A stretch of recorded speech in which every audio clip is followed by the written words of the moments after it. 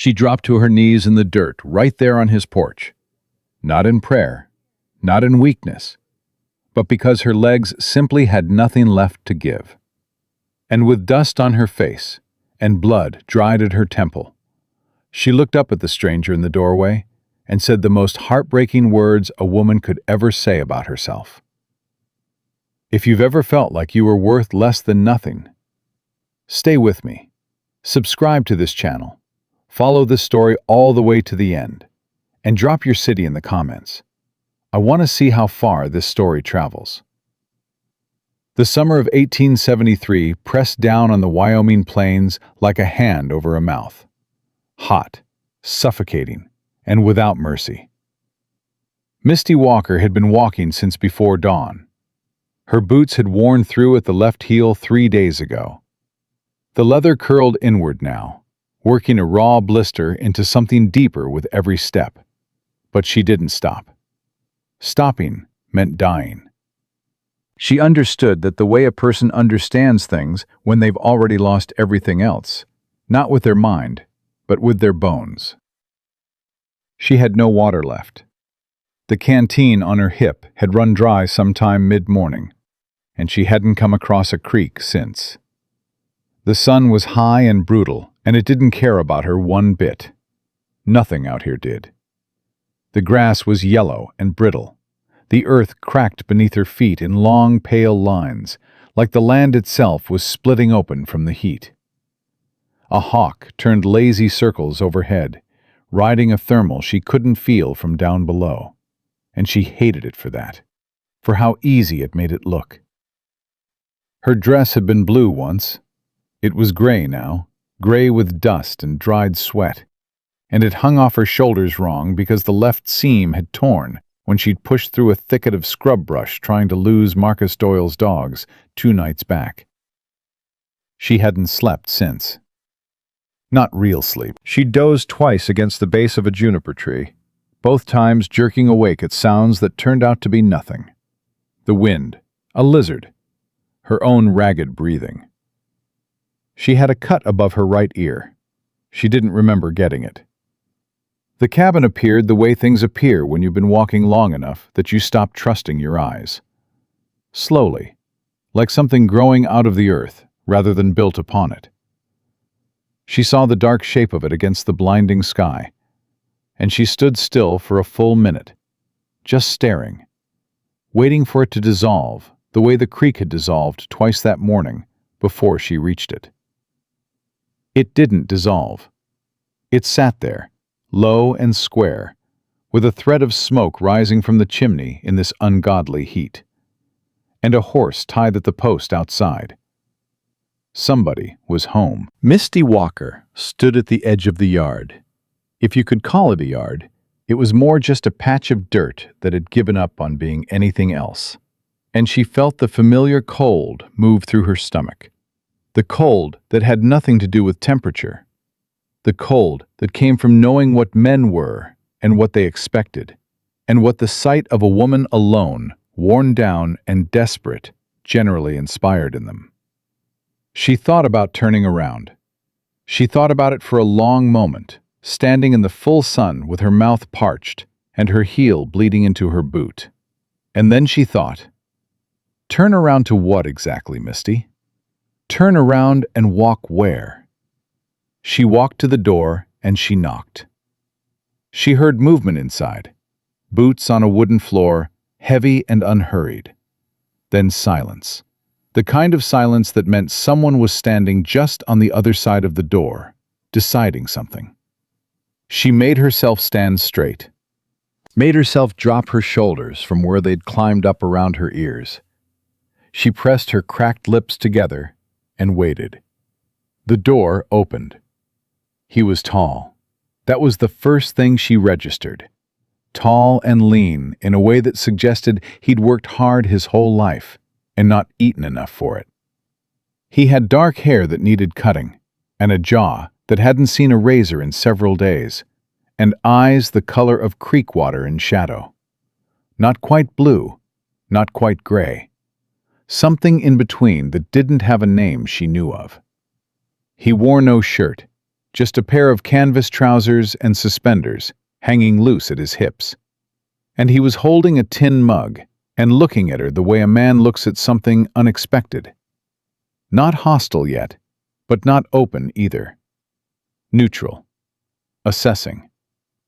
He looked at her face, then her torn dress, then the dried blood at her temple, then back to her face. "Help you?" he said. The two words came out flat and careful, and she recognized that particular brand of flatness. It was the voice of a man who'd learned not to commit to anything before he understood what he was dealing with. She'd known men like that. The decent ones were careful. The dangerous ones were too. The trick was figuring out which kind you were standing in front of. "Water," Misty said. Her voice came out strange to her own ears, small and rough, sandpaper down to almost nothing. "Please, if you have it." He studied her another moment. Then he stepped back from the door. "Come in," he said. She didn't move right away. He noticed that. He turned back and looked at her, and something shifted in his expression. Not softening exactly, but recalibrating. He set the mug on something inside she couldn't see, and he took a step back, farther from the door, giving her more of the opening. "I ain't gonna hurt you, miss," he said. Quiet. Direct. No irritation in it, which was the thing that finally moved her feet. She stepped inside. The cabin was dim and close, and smelled like pine sap and coffee and something wood smoke that she couldn't name. It was one room, a cot against the far wall, a table with two chairs, a wood stove with a cast iron pot on top, a rifle on a rack above the door she'd just come through, and a shelf with a few things lined up neat. A Bible, a small tin box, a rolled piece of paper tied with twine. Everything in its place. The place of a man who lived alone and had made his arrangements with that fact. He went to a bucket near the stove and filled a cup and held it out. She crossed the floor and took it and drank without stopping. When the cup was empty, she held it back out without speaking. He refilled it without speaking. She drank the second one slower. "Thank you," she said. "Sit down before you fall down," he said. She sat in one of the chairs at the table. Her legs went grateful and boneless underneath her, and she pressed both hands flat against the tabletop and focused on breathing. He pulled the other chair back, turned it around, and sat on it backward with his arms across the top. He looked at her with those uncolored eyes, and he didn't say anything for a moment. "Where'd you come from?" he said finally. "Silver Creek." Something moved in his face. Not much, but enough. "That's 40 miles. I know how far it is." "You walked the whole way?" "Started walking the whole way," she said. "Ran some of it." He looked at her heel, the boot where the blood had soaked through and gone rust brown in the heat. "You got something chasing you." It wasn't a question. She looked at him, straight. She'd learned not to flinch from this kind of conversation. It didn't help anything. "Men from the Silver Creek Saloon. Vance Granger's men." He was quiet for a moment. She watched his jaw tighten almost imperceptibly. "Vance Granger," he said. "You know him." "I know of him." He uncrossed his arms and sat forward. "You work for Granger?" "I worked for May Tillis," Misty said. "She ran the boarding house on Clement Street. I waited tables in the dining room. That was my job. That was all it was." She stopped. She heard how it sounded. Defensive, rushed, the voice of someone bracing for disbelief. She steadied it. 3 months ago, May Tillis died. Vance Granger bought her property. Said the boarding house was now an extension of his operation. She held the empty cup in both hands and looked at it. "I didn't want to be part of his operation. He had a different opinion about whether I had a choice." The man across from her was very still. "So you ran," he said.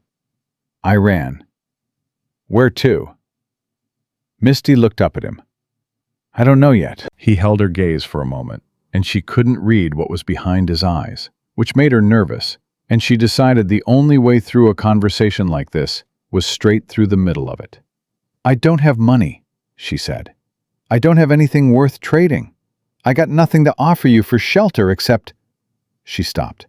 She heard the sentence she'd been about to say, the sentence she'd learned to say, the sentence that had been trained into her by years of watching how men responded to a woman with nothing, and something in her chest closed hard around it like a fist. She set the cup on the table. I can work, she said instead. Whatever you need done. I can cook, I can mend, I can... I didn't ask you for anything, he said. She looked at him. My name's Jackson Hawk, he said. This is my land. That cot over there sleeps one person, and it ain't been used by two at once since I built this cabin. And I ain't interested in changing that arrangement. His voice was completely level. No heat in it, no condescension. Just the plain facts of the matter, delivered plainly. You can stay tonight. I got venison in the pot that'll stretch to 2 plates. Your heel needs looking at. In the morning we can figure out what comes next. That's all I'm offering, and it don't cost you a thing. Misty Walker sat very still. She had walked 40 miles in the summer heat, with one split boot and no water and a head wound she couldn't account for. She had not slept in 2 nights. She had been running from men who considered her property, and she had knocked on a stranger's door, knowing full well what that usually meant in terms of what would be expected of her. And this man, this tall, sharp-jawed, shirtless stranger in the middle of the Wyoming nowhere, had just offered her food and a bed and said it didn't cost her a thing. She didn't trust it. She wanted to.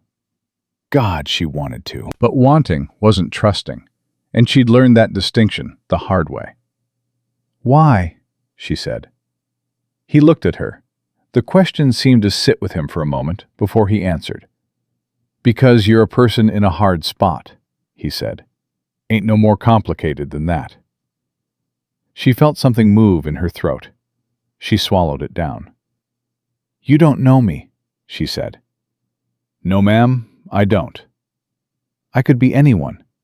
I could be lying about all of it. You could be, he agreed. He stood up, went to the stove, and started dishing venison stew into 2 bowls. But you walked 40 miles on a split boot in the middle of July with dried blood on your face. So whatever you're running from, you were scared enough to bleed for it. That's good enough for me. He set a bowl in front of her. She looked at it, at the food, at his hands as he set a spoon down beside it and moved away to give her space. She thought about the last time someone had put food in front of her without wanting something back. She couldn't place it. Go on, Jackson said, settling back in his chair with his own bowl. It won't bite. She ate. She ate the whole bowl without speaking, and he didn't try to fill the silence. And it was the most peaceful 15 minutes she'd had in longer than she could remember, which was a sad fact she didn't examine too closely, because examining it would have made her cry, and she didn't want to cry in front of this man she'd known for less than an hour. When the bowl was empty, he took it without asking and refilled it from the pot and set it back down. You don't have to, she started. There's enough, he said. She ate the second bowl. Afterward, he tended to her heel. He didn't make a fuss about it. He got a cloth and a tin of salve from the shelf and pulled a stool over and held out his hand for her foot, and when she hesitated, he just waited, not pushing, and she gave him her foot, and he worked in silence, pulling the boot off with a care that made her realize how much it would have hurt if he'd been careless, cleaning the blister with the cloth, applying the salve with a thumb that was calloused but precise. She watched the top of his bowed head and tried to remember the last time someone had tended to her without it being a transaction. This is going to hurt worse tomorrow before it gets better, he said, wrapping a strip of cloth around her heel. You'll want to stay off it as much as you can. "I can't stay off it," she said. "No," he said. "Reckon you can't."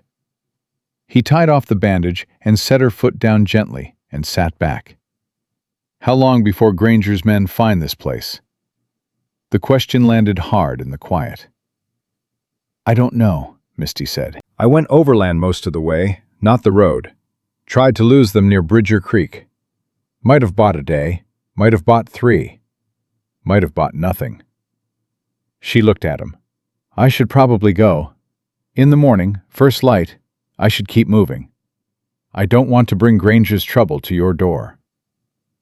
Jackson Hawk looked at her for a long, still moment. "Where would you go?" he said. "I don't—" She stopped. "I'd figure something out." He stood and picked up the 2 empty bowls and stacked them beside the bucket. His back was to her. "Granger's men aren't going to let a woman who ran from him just walk away clean. They'll ride hard to find you, and if you're moving on foot in this heat, they'll find you before you get anywhere worth being." "I know that," she said, and her voice came out steadier than she felt. He turned around. He leaned against the far wall with his arms crossed, and he looked at her with that careful, creek-water gaze. "Then stay," he said. She stared at him. "You just heard what I told you. Vance Granger, his men, that kind of trouble." "I heard you." "That kind of trouble has a way of not staying where you left it. It follows. It finds—" "I know what kind of trouble Vance Granger makes," Jackson said quietly. The flatness in his voice shifted slightly. Something underneath it, harder than stone, older than anger. He held her gaze. "I know exactly what kind of man he is." The way he said it stopped her short. "You've dealt with him before," she said. He didn't answer for a moment. When he did, his voice was even and final.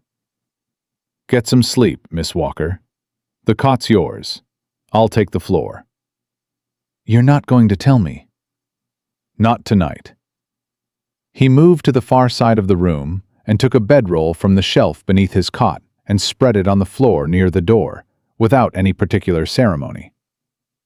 "Tonight you sleep." Misty sat at the table and watched him move around the small cabin, and she tried to understand the particular shape of this man, what was soft in him and what was hard, and where exactly those two things met. She couldn't get the measure of him. That was either a good sign or a terrible one. She got up and went to the cot and lay down on top of the blanket, because the heat still held the cabin even as the sun went down. She stared at the ceiling. The boards were rough pine, run through with dark knots that looked like eyes in the dimness. "Mr. Hawk," she said. "Jackson." "Jackson." She paused. "Why do you live out here alone?" A long quiet. "Same reason you were walking alone," he said. "Something happened, and I needed the quiet." She thought about that. "Did the quiet help?" she said. Another pause. Longer. "Some," he said. "Not all the way." She nodded in the dark as if he could see it. The crickets had started up outside, loud in the summer dark, filling the silence with a sound that was almost like company. She felt her body begin, for the first time in days, to unclench, muscles going loose one by one, like knots releasing from a rope. The long-held bracing of a woman who'd been waiting for the next blow, finally, carefully, letting go. She didn't mean to sleep. She slept. She didn't dream. Or if she did, she didn't remember it when she woke, which was its own kind of mercy. What woke her was the sound of hoofbeats. She was on her feet before she was fully awake, the animal part of her brain registering the sound and pulling her upright while the rest of her was still catching up. Her heart was slamming. The cabin was dim, that particular gray that meant the sun wasn't up yet, but not far off, and Jackson Hawk was already at the door with his rifle, standing flat against the wall to the side of it, head turned toward the sound. "How many?" she said. Her voice was a breath. He held up one hand. Wait. She waited. The hoofbeats slowed. One horse, then stopped. A voice came from outside, rough, familiar in the way that made her stomach drop straight down through the floorboards. "Hawk." A pause. "Jackson Hawk. It's Walt Briggs. I know you're in there. Your horse is outside." Misty pressed herself against the wall by the cot and looked at Jackson. He had not relaxed. "Walt Briggs," he said, low and even, more to himself than to her. "You know him?" she whispered. Jackson's jaw worked once. "He's a deputy out of Silver Creek," he said. He glanced at her. His eyes were steady. "He works for the county sheriff, not for Granger." A pause. "Most days." Most days. She held his gaze and felt that cold thing move through her stomach again. "Jackson," Briggs called from outside. "I ain't looking for trouble. Got a message from the sheriff. Open up." Jackson Hawk looked at Misty Walker. She looked back at him. The first light was coming through the gaps in the cabin wall now, pale and thin, and in it she could see his face clearly, the deliberate stillness of it, the careful way he was thinking, and underneath that, something she hadn't expected to see. He was angry. Not at her. She was almost certain of that. And she was a woman who had learned to be very certain about which direction a man's anger was pointed. It wasn't at her. It was at whatever Walt Briggs represented standing outside that door. "Go to the back corner," Jackson said quietly. "Don't make a sound." She moved. He waited until she was in the corner. Then he lifted the latch and opened the door. Walt Briggs was a thick man, thick through the chest, thick through the jaw, thick in the way of someone who'd spent years using his size to make conversations go the direction he wanted. He stepped through the doorway without being invited, and his eyes moved around the cabin the way a man's eyes move when he's looking for something specific and trying to look like he isn't. Jackson didn't step back to give him room. "Morning, Walt," he said. The rifle was down at his side, but his hand hadn't left the stock. "Jackson."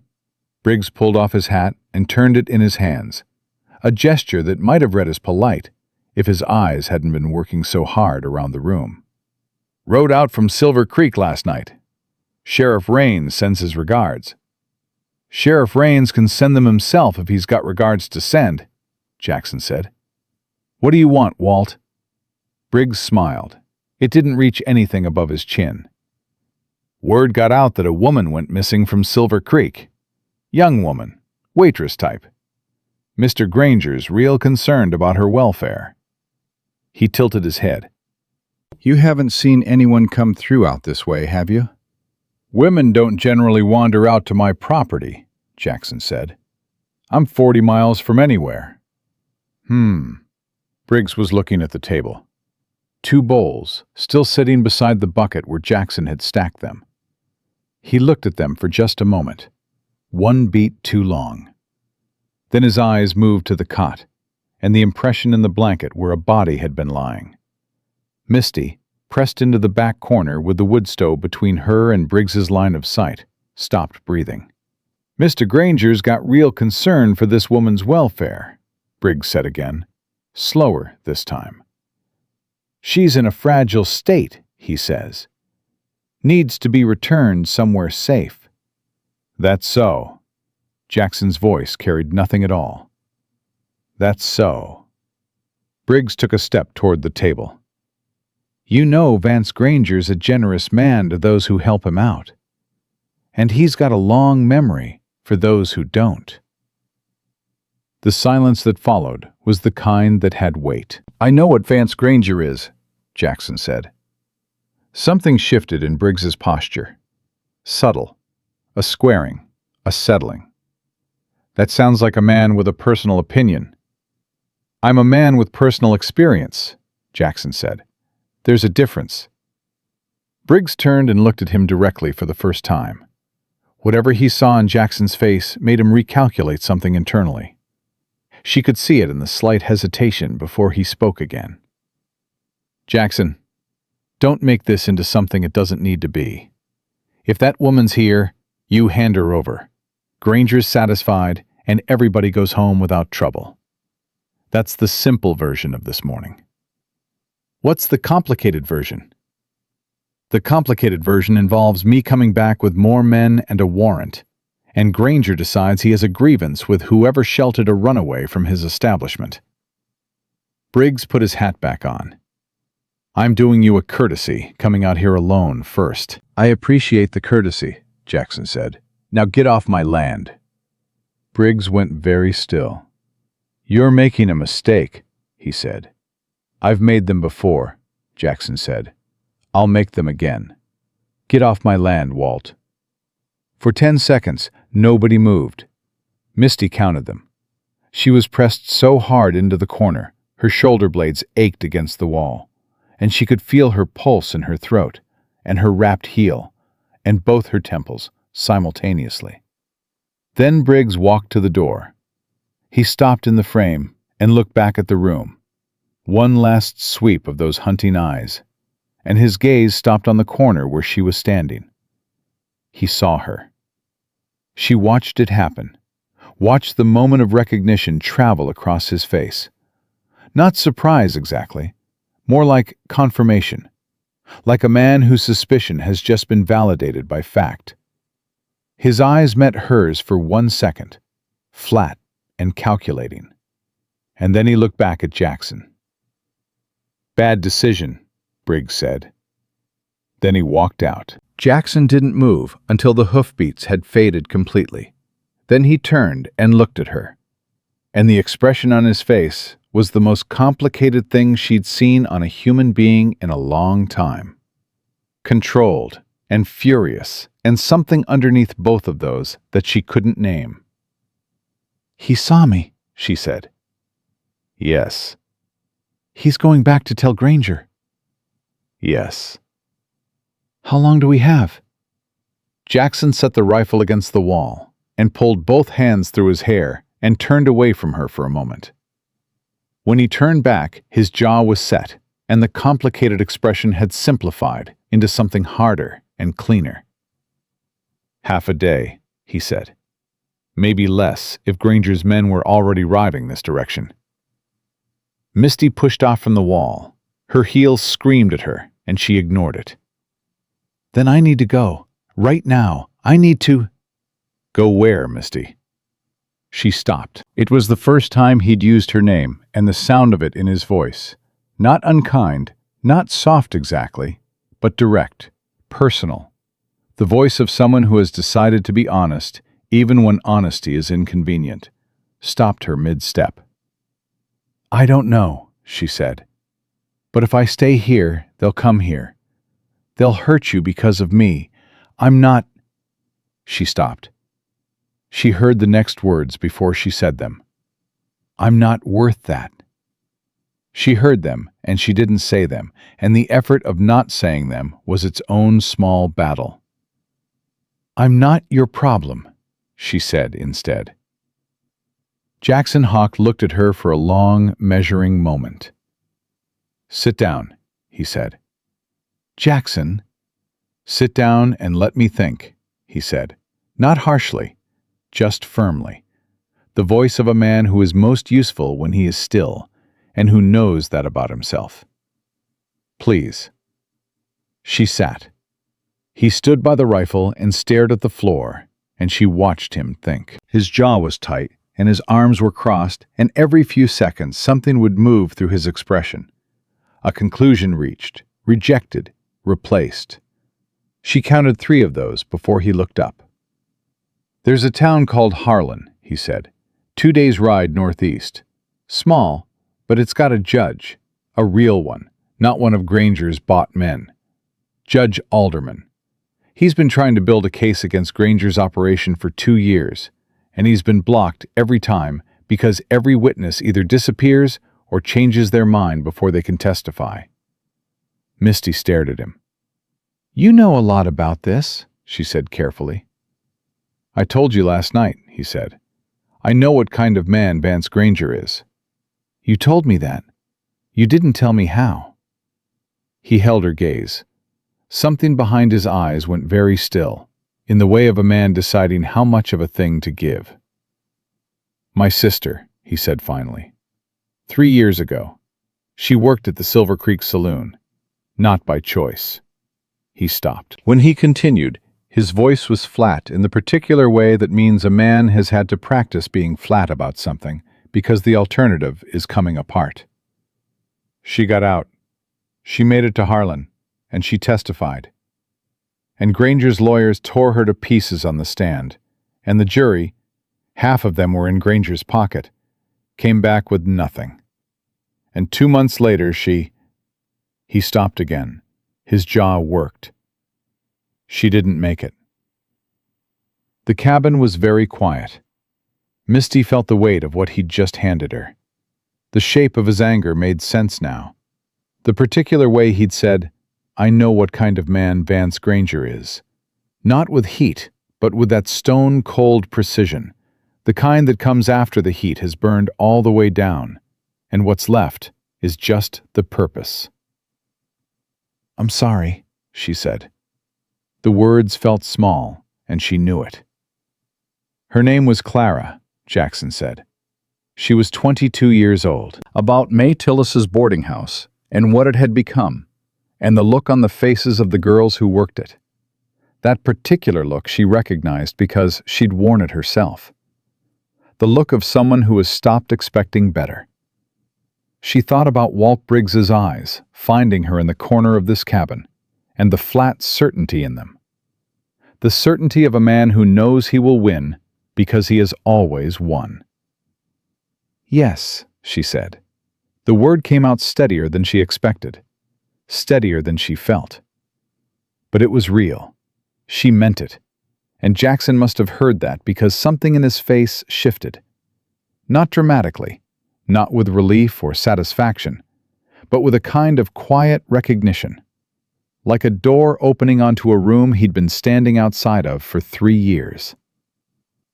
All right, he said. Then we move. Not now. Moving in daylight before I know where Granger's men are positioned is how we get caught in the open. Tonight, after dark.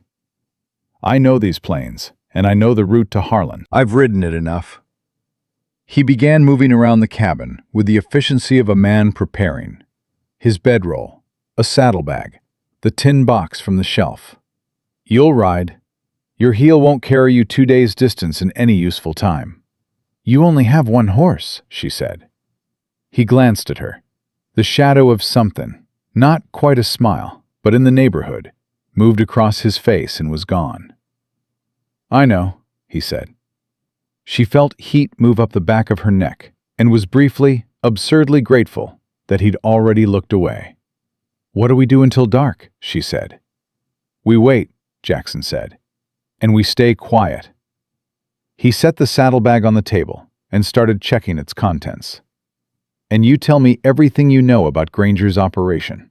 Every name, every face, every piece of business you witnessed. I want to know what we're bringing to Alderman before we walk through his door. She sat across from him at the table, and she talked. When she finished, he looked at what he'd written, and then he folded the paper and put it in the tin box, and put the tin box in the saddlebag. That's enough to open a real case, he said. Maybe enough to close one. Granger will say I'm lying, Misty said. He'll say I'm a bitter woman with a grievance and no credibility. He will, Jackson agreed. He wasn't looking at her with false comfort. She respected that. And Judge Alderman is going to have to be the one who decides whose account he believes. That's how it works. The deck is stacked against you walking in that courthouse. He met her eyes. I'm not going to lie to you about what this is going to cost. She held his gaze.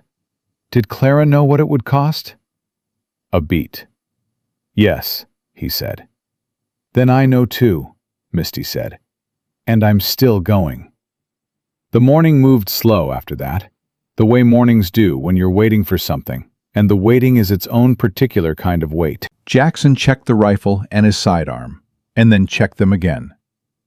Misty ate the last of the cold venison from the pot and mended the torn seam of her dress with a needle and thread she found on the shelf. The small, practical task of it keeping her hands quiet when her mind wanted to race. Around midday she heard it, faint at first, then clearer. Jackson heard it at the same moment. She saw his head come up, saw his hand move to his sidearm. Hoofbeats. More than one horse. More than two. Jackson moved to the rifle without a word. He looked at her once, and his eyes said what his mouth didn't. Stay put. She stayed. The hoofbeats stopped outside. A silence that vibrated. Then a voice, not Briggs this time. A voice she knew better than Briggs's voice. A voice she heard in her sleep. Hawk. Marcus Doyle.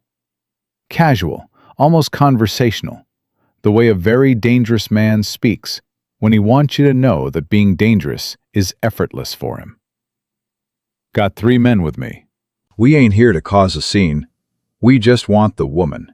You hand her over, and we ride out peaceful. Everybody's satisfied. Jackson stood at the door, rifle in hand. His back was to her. She could see the set of his shoulders. Not tense, not afraid. Still. The way a man gets still when he has already made his decision and is simply waiting for events to catch up to it. She ain't here, Jackson called out. A pause. Now, Jackson. Doyle's voice dropped lower. Walt Briggs told us what he saw this morning. You want to revise that answer before this gets complicated? Misty moved. She didn't plan it. She crossed the room in 3 steps, her heel burning, and she picked up the revolver that Jackson had laid on the table earlier, the one she'd noticed and deliberately not touched. She checked it the way her brother had taught her when she was 14 years old, back when the world was a different place, and she held it in both hands and stood at Jackson's shoulder. He looked at her sideways. His expression said several things in very quick succession. She held his gaze and shook her head once. I'm not hiding in a corner, her eyes said. Not from these men. Not anymore. Something moved through his face. Surprise, and then something that wasn't surprise. Something older. He turned back to the door and raised his voice. Last chance to ride out, Doyle. Doyle's answer was a gunshot through the cabin window. The glass exploded. Both of them dropped, not in panic, but in reflex, trained survival, crouching below the window line as a second shot punched through the door above the latch. Jackson was already moving toward the door in a low run, throwing the latch, positioning against the frame with his rifle up. Misty moved to the broken window and came up just high enough to see over the sill. 4 horses. 4 men. Doyle out front on a gray roan, his pistol already leveled. 2 of the others were flanking left. The 4th was circling right toward the side of the cabin. One coming around the side, she said. I see him, Jackson said. There's 2 on the left trying to... Misty. His voice cut through hers. Sharp, clean, no panic in it. You breathe. You aim. You don't fire until I tell you. She breathed. She aimed. Doyle shouted something, and the 2 men on the left spurred forward, and Jackson fired once through the open door. Not at Doyle, at the ground in front of the advancing horses. The horses shied hard, and the men fought to control them. And in the 3 seconds of chaos that bought, Jackson moved the barrel and called out in a voice that carried the full, flat authority of a man who has been saving this moment for 3 years. Marcus Doyle, you're on my land. You've shot at my property. I've got a woman inside who's going to testify before Judge Alderman in Harlan. And if you ride away right now, you're just a man who made a bad decision this morning. If you don't... He stopped. Let the sentence sit. Think about what comes after if you don't, real carefully. The wind moved through the summer grass. Nobody spoke. Doyle's horse shifted underneath him. The man himself sat very still, and she could see from her position at the window the precise moment his calculation changed. The slight movement of his shoulders, the way his gun hand didn't quite lower, but stopped being aimed. "You're protecting a woman who's got nothing," Doyle said. "She ain't worth a bullet in you, Hawk." "That ain't your call to make," Jackson said. Another silence. Longer this time. Then Doyle turned his horse. He didn't say anything else. He just turned, and the three men with him turned, and they rode back across the cracked summer earth and didn't look back. Misty lowered the revolver. Her hands were shaking. She noticed that the way you notice something at a distance, factually, without judgment. She set the gun on the sill and pressed both palms flat against the wall and breathed. Jackson was still at the door, watching the direction they'd ridden, counting time. After what felt like a very long while, he pulled the door closed and turned around. He looked at her. "You all right?" he said. She turned to face him. Her heel was throbbing, and her heart was still hammering, and her voice, when it came out, was not entirely steady. "They'll be back," she said. "Yes," he said. "Tonight, with more men." "Yes." "Then we can't wait for dark." She pushed off the wall. "We have to go, now." Jackson Hawk looked at her shaking hands and her wrapped heel and the revolver she'd picked up and aimed without being asked. And that thing moved through his face again. That thing she kept seeing and couldn't name. It was quieter than admiration and harder than respect. Like something being acknowledged that had always been true, had just needed the right moment to become visible. "Yeah," he said, "we do." They rode hard, and they rode fast, and they didn't speak. Jackson had the horse moving before Misty had both hands secured around his waist, and she had to grab hold quick or get left behind, which told her everything she needed to know about how much time they had. The saddlebag was across the back of the horse. The rifle was across his lap. She held on and kept her face down against the back of his shoulder and tried not to think about the open ground they were crossing. Flat, exposed, the kind of terrain that made two people on one horse into a slow-moving target. She thought about it anyway. "How long to Harlan?" she said, close to his ear so she didn't have to shout. "Day and a half at a good pace," Jackson said. "Maybe less if we push." "And if they're behind us?" "Then we don't stop for anything except water." She nodded against his shoulder and held on tighter, and the horse ran. The summer heat was merciless before noon. It pressed down on them from above and radiated up from the earth below, and there was no shade to be found in the flat Wyoming distance. Nothing to cut it. Misty's dress was soaked through inside of an hour. Her wrapped heel hung off the side of the horse at an angle that kept it from grinding against anything, and she was grateful for that at least. Jackson rode without complaint, without conversation, scanning the land ahead with the precise attentiveness of a man who has spent enough time in open country to know what belongs there and what doesn't. She was watching behind. "Nothing yet," she said, twice, then a third time an hour in. "Don't watch too hard," Jackson said. "You'll start seeing things that aren't there." "Or miss things that are." He glanced back at her over his shoulder. Just a flick of those creek water eyes, and then forward again. "Fair point." They crossed a dry creek bed and climbed a low ridge and came down the other side, and it was at the bottom of that descent that Jackson pulled the horse up sharp and held out his hand behind him in a signal that meant, clearly, unambiguously, "Stop making noise." Misty froze. She listened. Riders. Ahead of them, not behind. Coming from the northeast. From the direction of Harlan. "That's not Doyle," she whispered. "No," Jackson said. His voice was low and controlled, but she could feel the tension move through his back. "It's not." How many? 2, maybe 3. He turned the horse without sound, moving them back up the ridge in a controlled walk, staying off the skyline. Get down. We're going on foot until I know who that is. She slid off the horse, and her heel protested hard, and she swallowed the sound of it. Jackson dismounted and took the horse by the bit and led it down the backside of the ridge and into a shallow draw where it couldn't be seen from the northeast approach. He tied it fast and crouched, and she crouched beside him. They waited. The riders came over the ridge, 3 of them. She didn't recognize the first 2. She'd never seen them before in Silver Creek or anywhere else. But the third one made the air go straight out of her lungs. Sheriff Roy Haynes of Silver Creek County, in his full official capacity, badge and all, riding with Granger's men like it was the most natural arrangement in the world. "Oh, God," she breathed. Jackson's hand found her arm in the dark of the draw.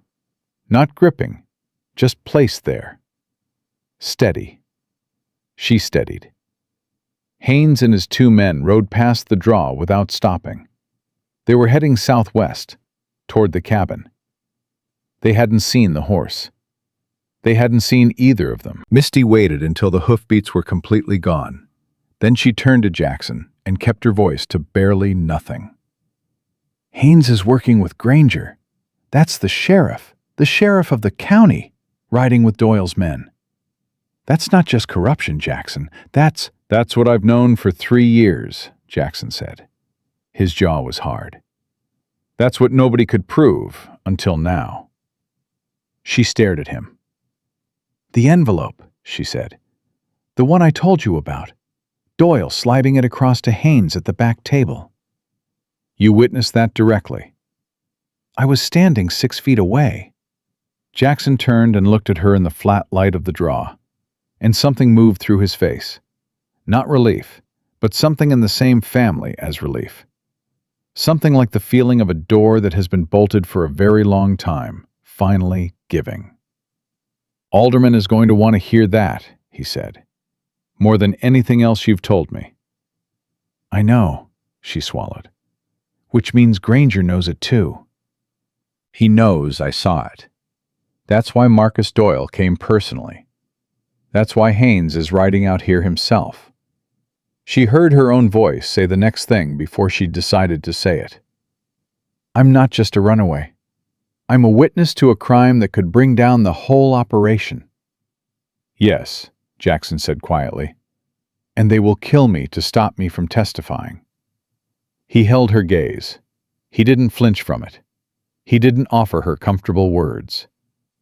"Yes," he said again. She breathed in through her nose and out through her mouth and let the full weight of that land on her without trying to soften it. Then she stood up out of the crouch, because crouching felt like hiding, and she was done with that particular posture. "Then we better not get caught," she said. They moved.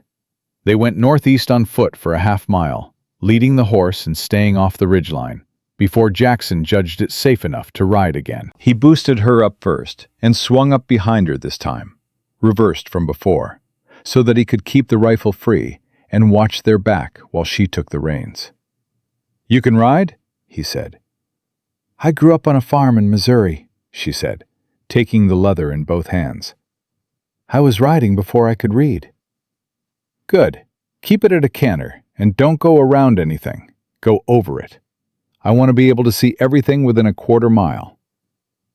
She didn't answer. She just rode. And she was good at it. She knew she was. Knew it the way you know things your body remembers, even when the rest of you has forgotten. The horse responded to her like it understood she wasn't afraid of it. And they ate up the ground between the draw and the northeast horizon, with a rhythm that felt, for a few disorienting minutes, almost like freedom. Then Jackson said, low and even, "Don't look, but we've got a rider coming parallel on the left, about half a mile out." She didn't look. She gripped the reins. One, moving to cut us off," He's going to hit our path about a mile ahead at his current speed. Is it Doyle? Can't tell from here. A pause. Keep the pace. Don't change anything. If he gets ahead of us, he won't, Jackson said. She wasn't sure if that was information or faith, and she didn't ask which. She kept the horse at the canter and watched the ground ahead and counted her own heartbeats to keep her breathing even. 8, 9, 10. Jackson's hand came to her shoulder, brief, precise. Left, now. She turned the horse hard left without questioning it, and they cut across a stretch of rough ground at an angle that was going to hurt her heel if she had to dismount, and she didn't care. The rider on the parallel track tried to adjust and lost ground on them, and when she glanced back, she saw him pulling up, not following, just watching. Why'd he stop? She said. He's not a hunter, Jackson said. He's a marker. He's telling someone else where we are. Doyle? Or Hames? She felt ice move through her despite the summer heat. They're coordinating. They've got men spread out ahead of us and behind us, and they're using markers to funnel us. She understood this the way she understood the simple, brutal arithmetic of being trapped. They're not chasing us. They're herding us. Yes, Jackson said. Toward something. What? He was quiet for a moment. She felt him thinking behind her, felt the particular stillness of a mind working fast. There's a way station, he said finally. Old trading post, been half abandoned for 2 years. Sits at the mouth of the only pass through the Bridger Hills that's fast enough to matter. If Granger's got men positioned there, we can't go around, she said. The hills will cost us 6 hours, and they'll ride us down before we clear them. No, he said, we can't go around. She sat with that for 3 strides of the horse. So we go through, she said. We go through, he agreed. The way station appeared in the early afternoon, and it was worse than either of them had said out loud. Not because of what it looked like. She wasn't looking at what it looked like, but because of what it contained. She counted 5 horses tied at the post before they were close enough for anyone inside to see them clearly. And she felt Jackson count them too. 5, she said. Plus whoever's behind us, he said. That's Granger's whole riding crew. He wants this done, Jackson said. He wants it done today, and he sent everyone he had to make sure of it. They slowed the horse to a walk, stopped 40 yards out. Nothing moved from the way station, which meant they were watching and waiting, which was in some ways worse than if they'd come out shooting. Then the door opened. Vance Granger stepped out. Misty had not expected that. She had expected Doyle, expected Haynes, expected any of the hired instruments of a man like Granger. She had not expected the man himself, heavy-set and silver-haired, in a good coat despite the summer heat. The coat of a man who performs his wealth at all times as a form of threat. He came out onto the post's porch and put both hands in his jacket pockets and looked at them across 40 yards of baked earth with the expression of someone who has already decided how a conversation will end. Misty Walker, he said. His voice was the kind of voice that had spent years commanding rooms. I think we need to have a talk. She felt Jackson shift behind her. She put her hand on his arm before he could speak, because she was the one Granger was looking at. She was the one he'd addressed. And she understood, with a clarity that felt almost cold, that this moment was hers. Not Jackson's. Hers. Mr. Granger, she said. Her voice came out level and clear, and she was dimly astonished by that. Come on down off that horse, Granger said pleasantly. No reason this has to be unpleasant. You're a reasonable woman. I've always thought so. He smiled the smile of a man who has never once considered that his pleasantness might not be convincing. You've been through a hard few days. Let my men take you back to Silver Creek, get you settled somewhere comfortable, and we can talk about—" "I'm not going back to Silver Creek," Misty said. The smile didn't change. "Now, Misty, my name is Miss Walker," she said. The smile changed. Something moved through Granger's expression, subtle and fast, the way a snake moves when it stops considering whether to strike. Behind her, she felt Jackson's hand find the rifle, and she pressed her arm back against it once, lightly. "Not yet." "Miss Walker," Granger said, with the precise tone of a man conceding a small thing in order to take a larger one. "You've let this cowboy fill your head with notions that are going to get both of you hurt. Whatever he's told you, whatever promises he's made—" "He hasn't promised me anything," Misty said, "except the truth, which is that you had May Tillis's property illegally seized, that you're running women out of that boarding house under duress, and that I watched your man Marcus Doyle hand an envelope of cash to Sheriff Roy Haynes at your private table on a Thursday evening in March." She felt her heartbeat in her throat, and her hands and her wrapped heel all at once, and she kept her voice flat and even. "And I am going to testify to all of that before Judge Alderman in Harlan. Every word of it." Complete silence. Granger's pleasant expression was entirely gone. What was underneath it was considerably older and considerably less civilized.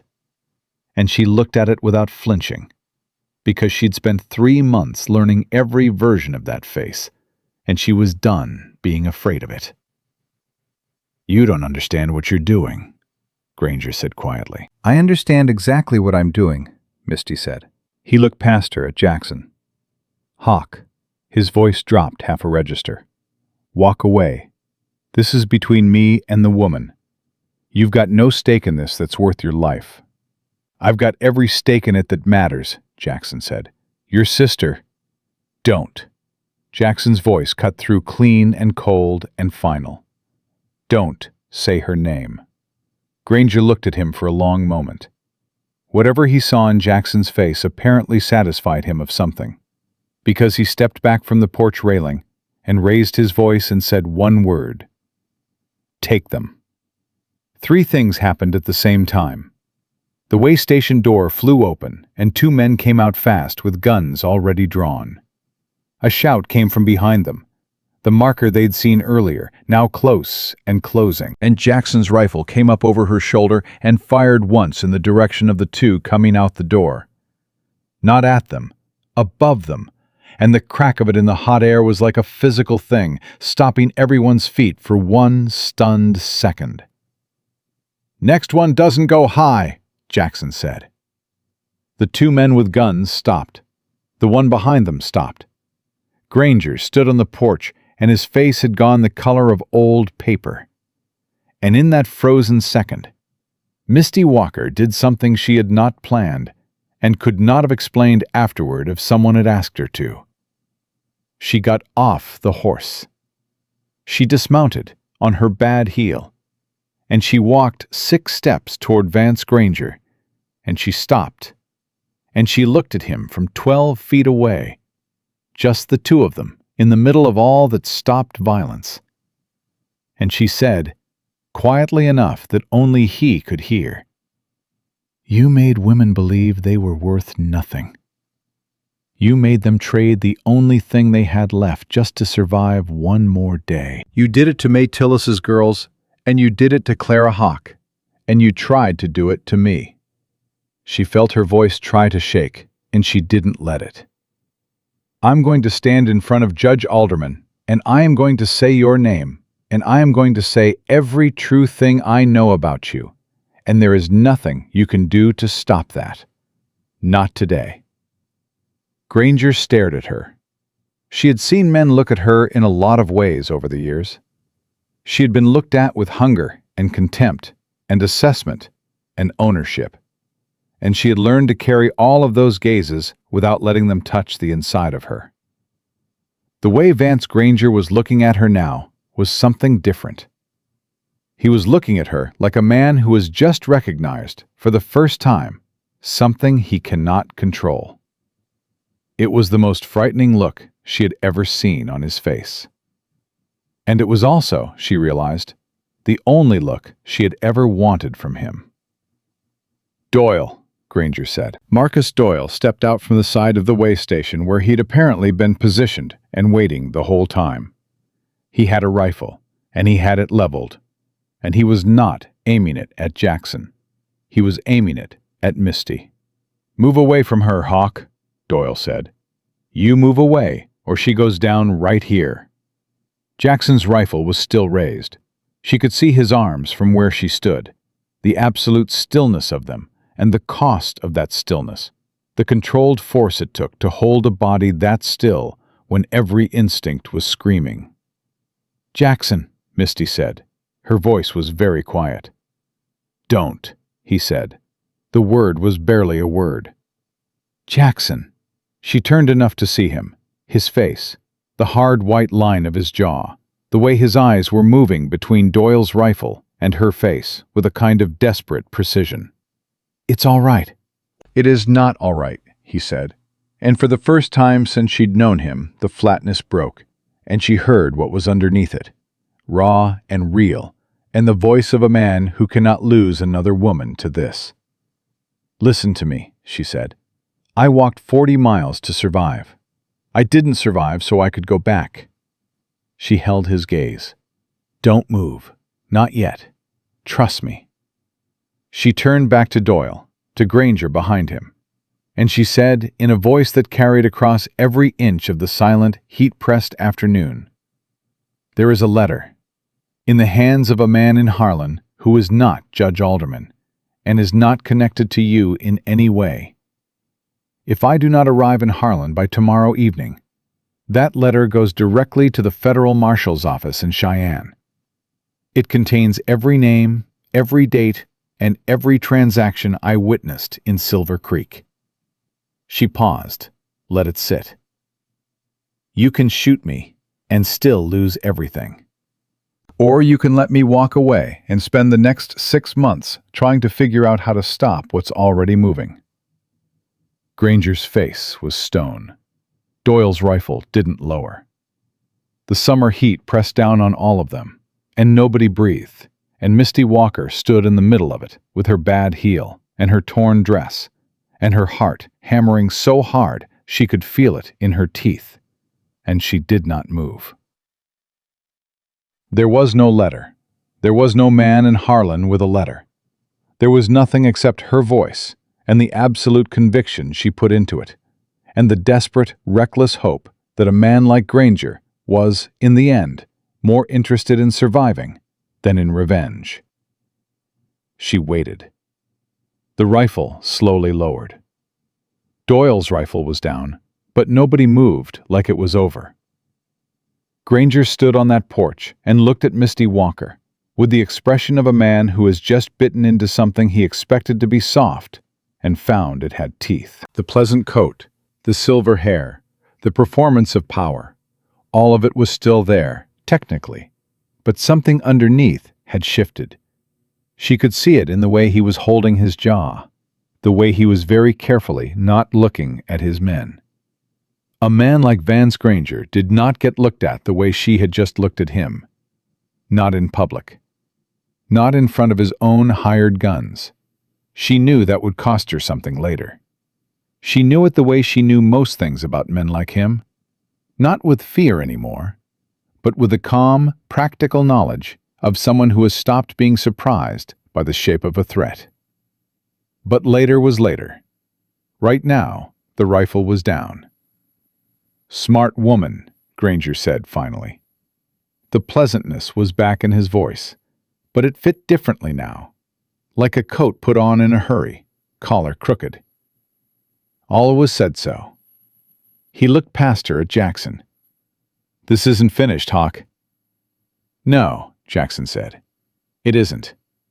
Granger turned and went back through the way station door, and his men stood there for a moment, uncertain, in the way men are uncertain when the person who does their thinking has removed himself from the room. Doyle looked at Misty with flat, cold eyes. The eyes of a man filing something away for future reference.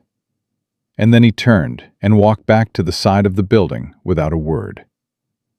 Jackson was beside her in 3 strides. His hand found her elbow, steadying, and she realized she needed it. Her legs had made a unilateral decision about the trembling, and she hadn't been consulted. "Can you ride?" he said quietly. "Yes," she said. He boosted her up, swung up behind her, and they walked the horse away from the way station at an even pace. Not rushing, because rushing told people something. And she counted every step until they were far enough that she couldn't hear anything behind them except the wind. Then she let herself shake. She didn't make any sound about it. She just let her hands grip the reins too hard, and her shoulders pull up, and the shaking move through her system like a current finding ground. Jackson's arm came around her from behind. Not tight, just there, present, an anchor. "There's no letter," he said. It wasn't a question. "No," she said. A pause. "That was the most terrifying thing I have ever watched a person do," he said. She laughed. It came out ragged and real and startled her. "It was the most terrifying thing I have ever done." "It worked." "It worked today," she said, because she needed to be accurate about this. "He's going to spend tonight deciding whether to believe me. If he decides I was bluffing, he sends men ahead to Harlan. He's got money and reach, and Judge Alderman has been trying to build this case for 2 years, because Granger keeps buying out or burning down every piece of evidence that gets too close." She paused. "We need to be in Harlan before he makes that decision." Jackson's arm tightened slightly. "Then we ride all night." "Your horse. She's done it before," he said. "So have I." She wanted to argue, and she didn't have the grounds for it, so she didn't. She loosened the reins and let the horse open up, and they rode northeast, with the summer afternoon burning down around them, and nothing behind them, except the question of how long Granger's fear would outlast his pride.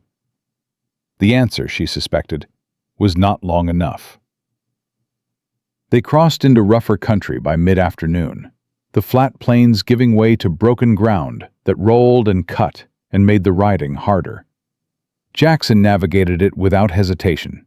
He knew it, she could tell, the way a person knows land they've crossed enough times that it lives in their muscles rather than their memory. He steered them along creek beds that weren't on any road, through shallow crossings and around rock formations, always northeast. She asked him once, around the 2nd hour, "How many times have you ridden this route?" He was quiet for a moment. "After Clara died," he said, "I rode to Harlan 4 times in 6 months. Trying to give Alderman what I had. Wasn't enough. It was all second-hand, things I'd heard, things other people had told me. Hearsay." His voice was even and factual, and she could hear what it cost him to make it that way. "Alderman told me the last time. He said, 'Jackson, I believe you. I have believed you from the first time you walked through my door. But belief does not make a case. I need someone who was there.'" Misty held the reins and let that settle into her. "And then I showed up," she said. "And then you showed up," he said. She thought about that. About the particular mathematics of it. Her walking 40 miles in the wrong direction of everything, knocking on a stranger's door, and that stranger being the one person in 100 miles who had been waiting 3 years for someone who had seen exactly what she had seen. "Do you believe in that kind of thing?" she asked. "Things happening for a reason?" He considered the question with what she'd come to understand was his characteristic seriousness. He didn't answer things quickly, Jackson Hawk. He answered them honestly, which sometimes took a moment longer. "I believe in Clara," he said finally. "I believe she'd have wanted someone to finish what she started.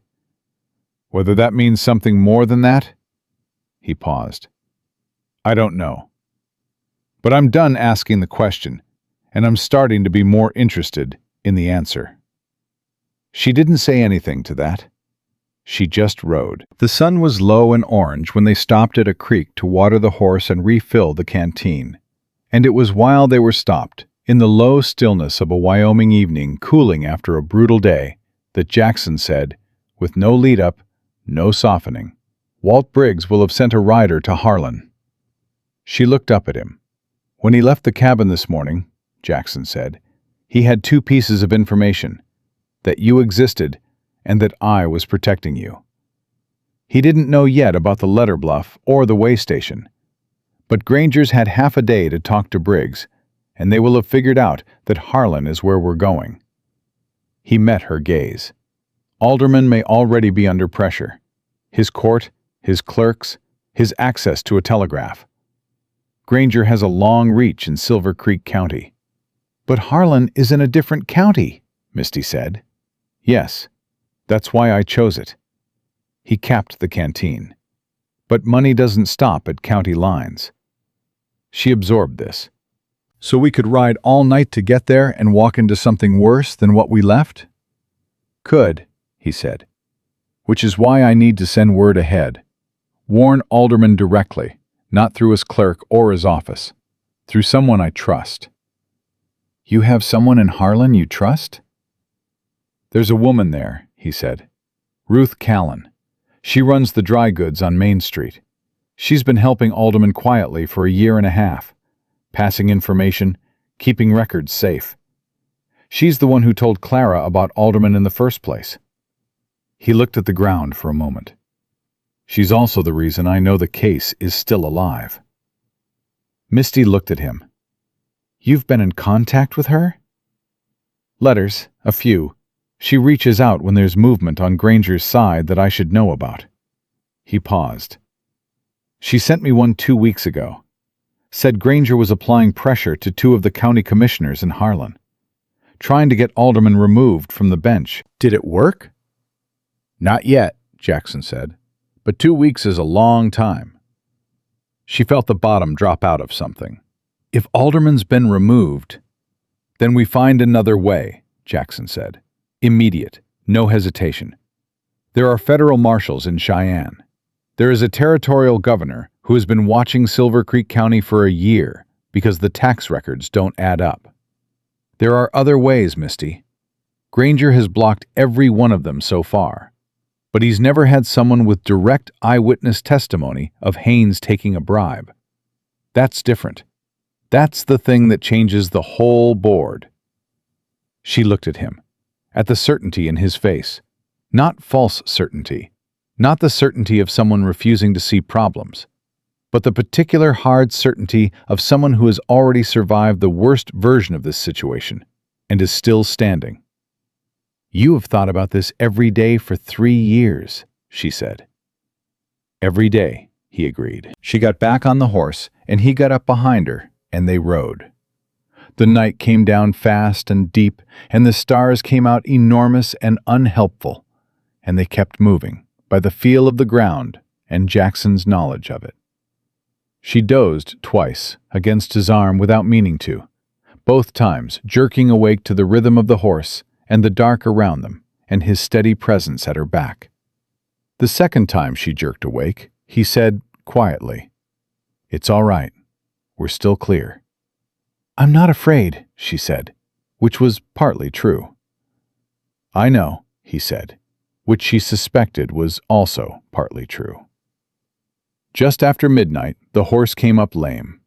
Not badly. A stone, lodged fast in the right front shoe, the horse beginning to favor that leg in a way that Jackson felt before Misty even registered the change in gait. He pulled up and dismounted, and she heard him working in the dark, heard the low, careful sounds of a man dealing with something by feel, and then a sharp click, and the horse shifting its weight back to even. "She all right?" Misty said. "She'll do," Jackson said, "but I'm not pushing her through the night. She needs to walk the next hour." He looked up. "Which means we get to Harlan at dawn instead of before." Dawn instead of before. She understood the math of that without needing it explained. "Granger's men will have had the whole night." Yes. Then we have to assume we're walking into something. We have to assume that regardless, Jackson said. Nothing about today suggested Granger is willing to let this go quietly. He took the horse's reins and started walking, and she walked beside him, limping on her wrapped heel. And for a while, neither of them said anything, and the night held them in its enormous, indifferent quiet. "Can I ask you something?" she said. "Go ahead." "After this, after Harlem, after Alderman, or whoever it ends up being, after the testimony and the case and whatever comes of it." She stopped, organized her words. "What do you do with all of it?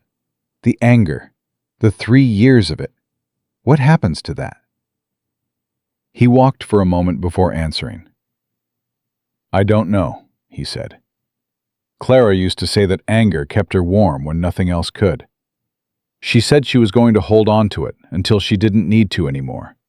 And then she was going to let it go somewhere it could do some good." He paused. "I never figured out what she meant by that last part, until recently."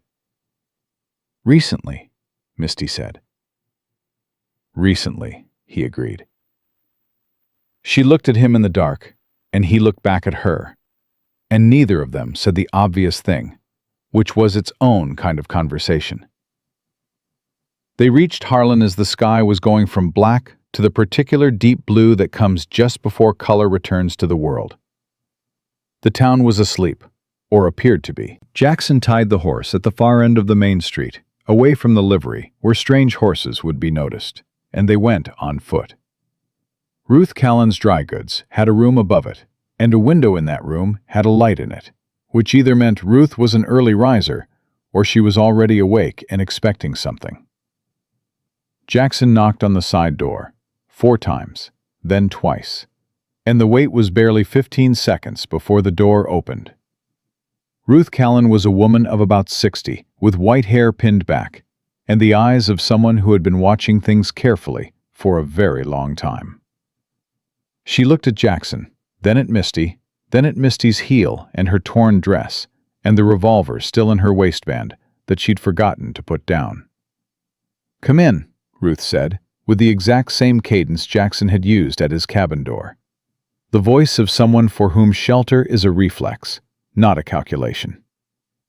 Inside, over coffee that Ruth put in front of them without asking, Jackson talked fast. Misty sat across the table and let him relay the previous 24 hours, because she was using every resource she had to stay upright and coherent. Ruth listened without interrupting.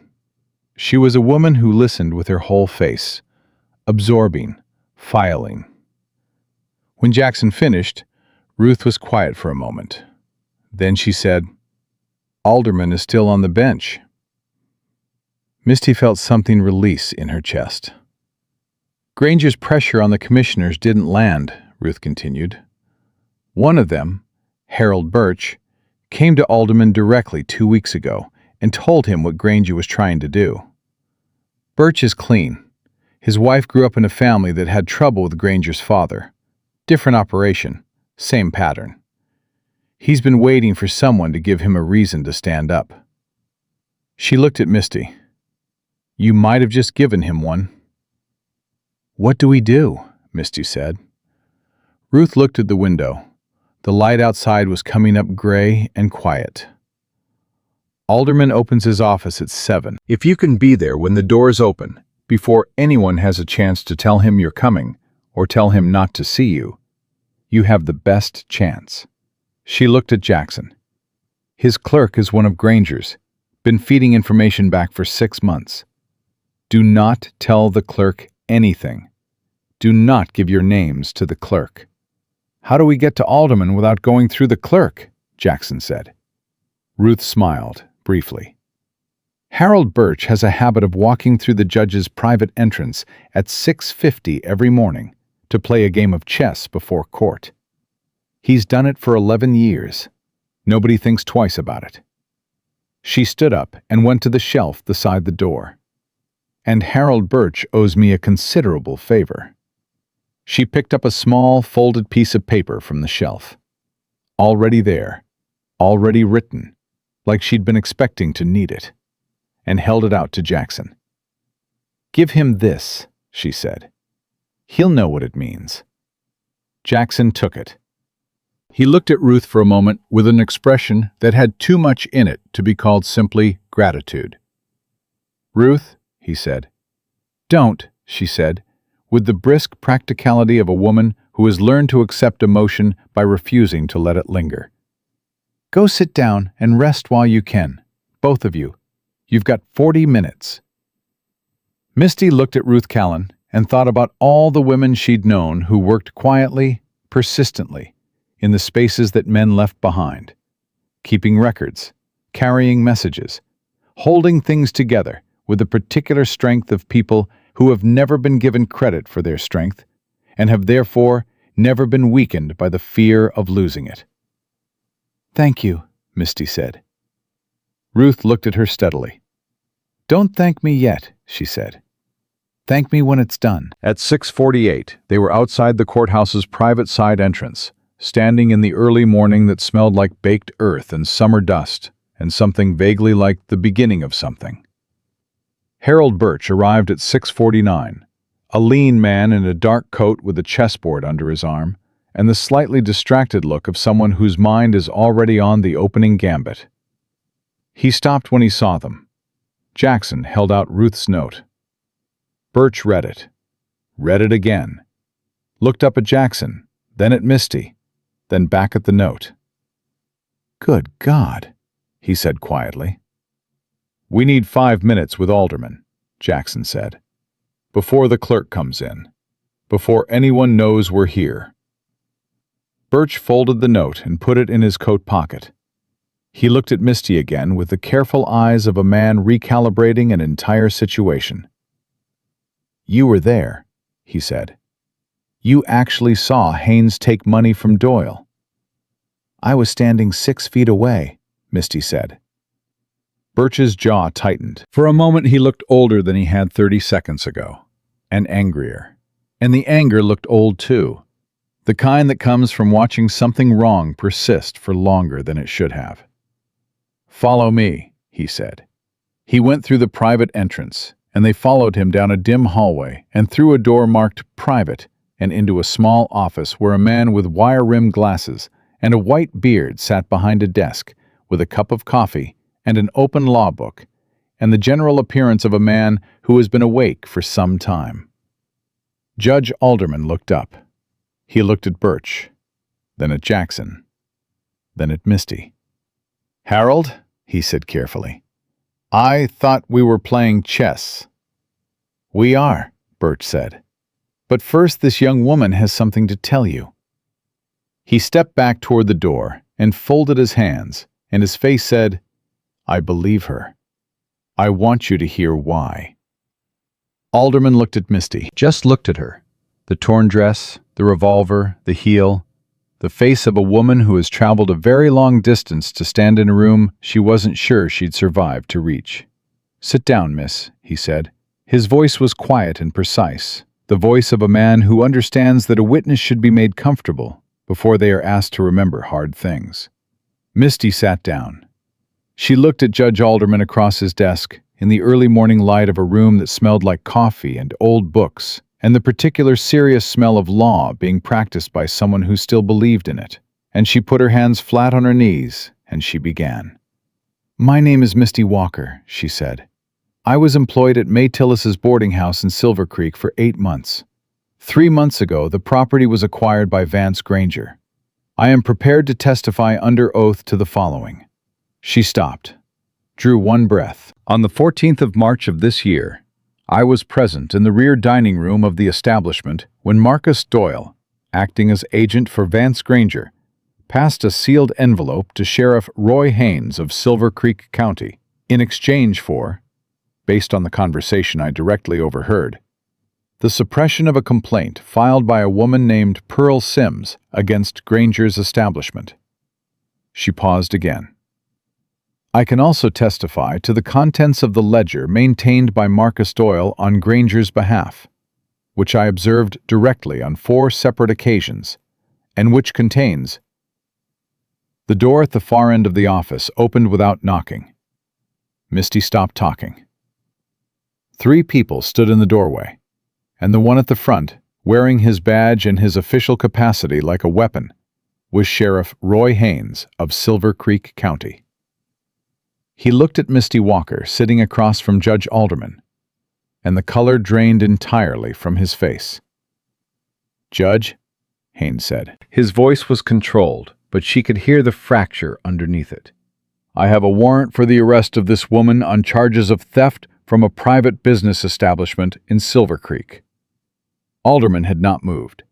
He sat with his hands folded on his desk, and his expression was the expression of a man who has been waiting for exactly this moment for exactly as long as it has taken to arrive. "Do you?" Alderman said. "Signed by Justice Cleary in Silver Creek County," Haynes said, stepping forward with a paper in his hand. "This is not Silver Creek County," Alderman said, "and Justice Cleary's warrants carry no force in this courtroom." He looked at Haynes over his glasses, with the precise, unhurried calm of a man on the right side of the law, looking at a man who has forgotten what that feels like. "Furthermore, Sheriff, you have just walked into my private office without invitation at 10 minutes past 7 in the morning, which suggests to me that someone told you this woman was here before my clerk arrived, which means you have either been stationed outside my courthouse or you have a source inside it." He picked up his pen. "I am going to ask you to step back into the hallway and wait while I finish my conversation with this witness." "Judge, I have a legal warrant." "You have a piece of paper," Alderman said. "The law is a different thing. Step back, Sheriff." Haynes stood in the doorway, and his jaw worked, and she could see the exact moment he understood that the ground he was standing on had just fundamentally changed. He looked at Misty one more time, and what she saw in his eyes was not the flat calculation of a man with power. It was something closer to fear. He stepped back. The door closed. Alderman looked at Misty. "Continue, Miss Walker," he said. She continued. She said every true thing she knew, every name, every date, every transaction. She said it clearly, and she said it without embellishment, and she did not stop when her voice tried to shake, and she did not stop when she heard sounds in the hallway outside that might have been Haynes and might have been something worse. She talked for 20 minutes straight, and when she was done, the room was very quiet. Alderman had been writing. He stopped writing. He looked at what he'd written, and then he looked at Harold Birch, and something passed between them. Not words, just the look of 2 men who have been waiting for a long time to be given a key that fits the lock they've been standing in front of. "Mr. Hawk," Alderman said, without looking up from his notes.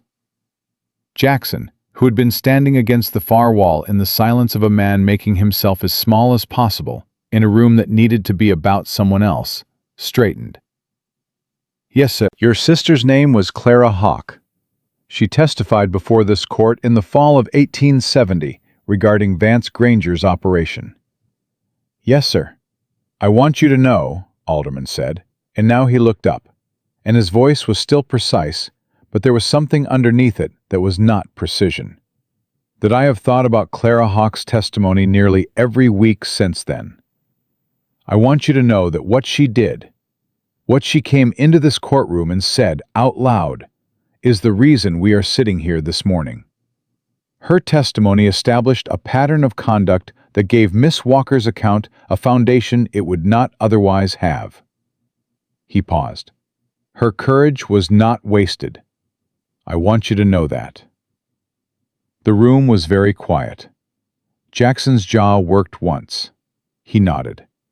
He didn't trust himself to speak, she could tell, and she didn't look at him directly because some things deserve the privacy of not being witnessed. Alderman set his pen down and folded his hands. "I am issuing a material witness order for Miss Walker, which places her under the protection of this court and supersedes any county warrant attempted by Silver Creek. I am also issuing, effective immediately, a summons for Sheriff Roy Haynes and Marcus Doyle to appear before this court." He looked at Birch. "Harold, I need you to go get Marshal Dean." Birch was already moving. "And someone," Alderman said, with a dryness that she suspected was as close as he came to humor, "should tell Sheriff Haynes in the hallway that he can go home." Marshal Dean was not what Misty expected. She had built a picture in her head of what a federal marshal looked like. Big, official, the kind of man who fills a doorway and speaks in complete sentences, and makes you feel like the law is a real thing and not just a story people tell themselves. Marshal Dean was about 5'7", thin, with a sun-worn face and a quiet that was deeper than Jackson's quiet. The quiet of a man who had seen so many versions of the same story that he'd stopped being surprised by any of them. He came through Alderman's private entrance at 7:40, with Harold Birch behind him, and he sat in the chair across from the judge's desk, and he listened, while Alderman laid out the morning's events in the compressed, precise language of a man who has spent 40 years saying important things without wasting a word. Dean did not interrupt. He looked at his hands while he listened. When Alderman finished, Dean looked up. He looked at Misty. "Miss Walker," he said, "you said you witnessed the exchange directly." 6 feet away, she said. Doyle passed the envelope left-handed across the table. Haynes put it in his inside coat pocket. "The conversation before the exchange, I heard every word." "You'd repeat that under oath." "I've already said I would." Dean looked at her for a moment, in the assessing way of a man who has interviewed a great many witnesses and knows the difference between someone who is telling the truth and someone who is telling a version of it. Whatever he concluded, he nodded once, a small, definitive movement, and turned back to Alderman. "I've had a file on Granger's operation open at the territorial level for 14 months, he said. "Silver Creek County has been a problem since Haynes took the badge. I've tried twice to get inside it, and both times my informants disappeared before they could give me anything usable." He paused. "What Miss Walker is describing gives me grounds for a federal obstruction charge against Haynes, independent of anything Alderman brings against Granger in territorial court." He looked at Misty again. "That's important. That means even if Granger's lawyers manage to slow down the territorial proceedings, Haynes goes down on federal charges first. And when Haynes goes down, he is going to talk. Men like Haynes always talk when they realize the man they protected isn't going to protect them back." Misty heard that and felt something shift in her chest. Not relief yet, not quite, but the shape of relief, the outline of it. "There's something else," Jackson said from the wall. Everyone looked at him. He pushed off the wall and came to stand beside Misty's chair, and he reached into the inside pocket of his jacket and withdrew the folded paper from the tin box. The names and dates he'd written while Misty talked at his table, 2 lifetimes ago, yesterday morning. "I've been documenting Granger's activities for 3 years, he said. "Every piece of information I could gather, from people in Silver Creek who were afraid to come forward directly, from Ruth Callan, from 2 men who used to work for Granger and left his employ in circumstances they didn't choose." He set the paper on Alderman's desk. "It's secondhand, it's not testimony, but it establishes a timeline that corroborates everything Miss Walker witnessed." Alderman picked up the paper and looked at it. 3 years, Dean said, looking at Jackson. "My sister," Jackson said. Flat. Final. Dean held his gaze for a long moment. "Clara Hawk," he said quietly. Jackson's jaw tightened. "You know her name?" "I read her testimony," Dean said. "When I opened the file 14 months ago, her testimony was the first thing I read." He paused, and something in his voice shifted just slightly. Not softer exactly, but more deliberate. It was the most coherent, detailed, courageous account in that entire file. The jury's failure was not a reflection of her truth. I want you to understand that. Jackson didn't answer. He nodded once, the same small way Misty had seen him absorb things he had no language for yet. Alderman set the paper down. "Marshal, how long to move on Haynes?" I can have him in federal custody by noon, Dean said, standing. He was not a man who sat long once a decision was made. Granger is going to hear about it within an hour of that happening, at which point he will attempt to leave Silver Creek County. Will he succeed? Misty said. Dean looked at her. Not today, he said. And then he was at the door and through it, and the room felt different without him, smaller and more manageable. The way a room feels after someone has clarified exactly what is happening. Alderman looked at Misty. I want to be honest with you about what comes next, he said. I'm going to need your formal deposition this morning, while everything is fresh. Then there will be a preliminary hearing, within the week if I can manage it, which I intend to. Granger will have lawyers here within 48 hours, and they will be very good lawyers, and they will do to your credibility exactly what they did to Clara Hawks. She met his gaze steadily. I know. The difference, Alderman said, is that you are not the only witness this time, and you are not walking into this courtroom alone. He looked between her and Jackson. And I have 14 months of federal file backing up everything you've said. She breathed. She breathed, and this time it went all the way down. The formal deposition took 2 hours. Alderman sat across the desk with a court recorder, a young woman named Frances, who wrote with the speed and precision of someone who had been doing this since before she was old enough to fully understand what she was transcribing. And Misty told the whole thing again, slower this time, more structured, Alderman guiding her through it with careful questions that built the account from the ground up, layer by layer, date by date. Jackson sat against the wall the entire time. She didn't look at him while she talked, but she was aware of him, the way you're aware of something solid in a room where everything else is moving. When it was done, she signed her name, and Frances took the pages and left. And Misty sat in the chair and felt the specific exhaustion of a person who has just handed over something heavy they've been carrying alone for a long time. Miss Walker, Alderman said. He closed the folder in front of him. I want to ask you something, and I want you to know that your answer has no bearing on this case. He paused. Why did you run? Not from Granger, I understand that. But why did you keep going? 40 miles on foot in July. You could have stopped anywhere. You could have gone to ground in a town along the way and stayed quiet. She thought about it honestly. Because quiet wasn't going to fix it, she said. I'd been quiet for 3 months, and the only thing quiet did was give Granger more time. She stopped. And because I met someone who reminded me that not everyone makes a transaction out of human need. She didn't look at Jackson when she said it, but she felt his stillness from across the room. That made it harder to believe the world was only the shape I'd been shown. Alderman looked at her for a moment. Then he said, with a dryness that was definitely humor this time, I'm going to note for the record that the most useful witness I have encountered in 14 years on this bench arrived at my private entrance at 10 minutes past 7, in a torn dress with a revolver in her waistband.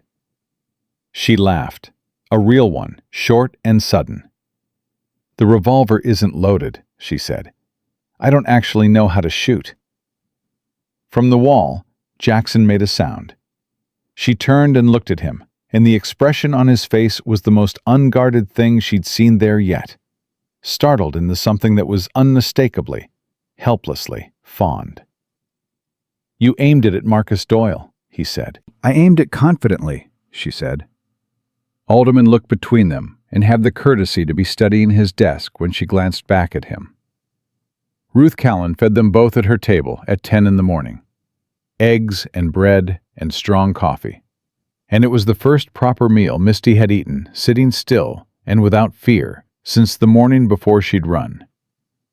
The food tasted extraordinary for entirely ordinary reasons.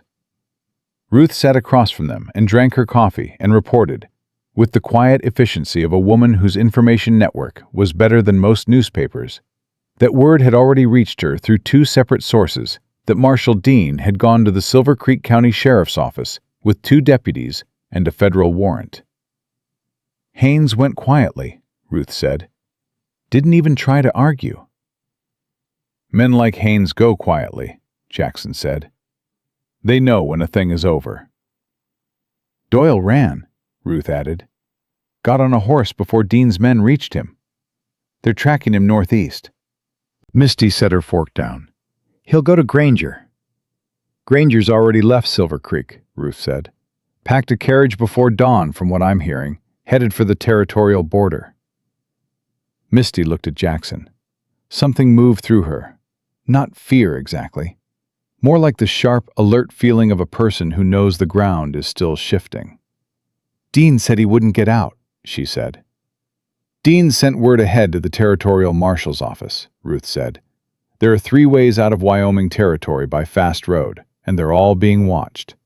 She met Misty's eyes. He's not running to freedom. He's running because running is the only thing left to do. She picked up her coffee cup. That's a different thing. It was a different thing. Misty understood that.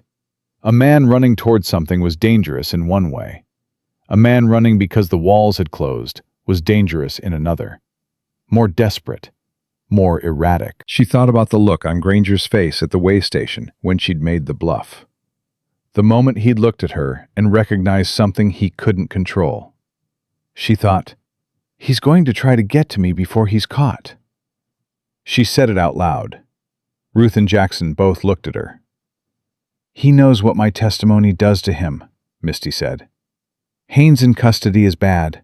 The deposition is worse. If he can find me before the preliminary hearing... You're under Alderman's material witness order, Jackson said. Which means exactly nothing to a man who is already looking at the end of everything he built, she said. Legal protection and physical safety are different things. You know that. Jackson held her gaze. He didn't argue because he couldn't. Then you don't go anywhere alone, he said. Not today. Not until Dean has Granger in custody. Agreed, Ruth said, with the tone of someone who has already made this decision and is simply waiting for everyone else to catch up. Misty looked at both of them. Ruth Callan, who kept records in secret and fed strangers at her table and sent folded notes to men who needed them, and Jackson Hawk, who had built 3 years of documentation alone in a cabin 40 miles from anywhere for a sister he couldn't save and a case he refused to stop believing in. She looked at both of them and felt the thing that had no clean name. Not gratitude exactly, though gratitude was in it. Something older. The feeling of not being alone in a situation that had been entirely solitary for longer than she could track. Why are you both doing this? She said. Not defensively, just honestly. Ruth looked at her. Because someone should, she said simply. Jackson looked at her and didn't answer immediately, and she watched him decide whether to say the harder thing. He decided. Because the first time I came to Harlan for Clara, he said, there was nobody at Ruth's table. There was nobody at the private entrance. There was no Ruth Callan and no Harold Birch, and nobody who thought a woman working in a saloon was worth the risk of helping. And I have thought every day since then about what would have been different if there had been. He paused. I am not going to be the person who wasn't there. Not again. She looked at him, and the thing in her chest that had been building since he'd refilled her water cup at a table in his cabin and asked nothing back for it, finally broke open. Quietly, without drama. The way things break open when they've been held shut by sheer force of habit, and the habit finally gives. She didn't say anything.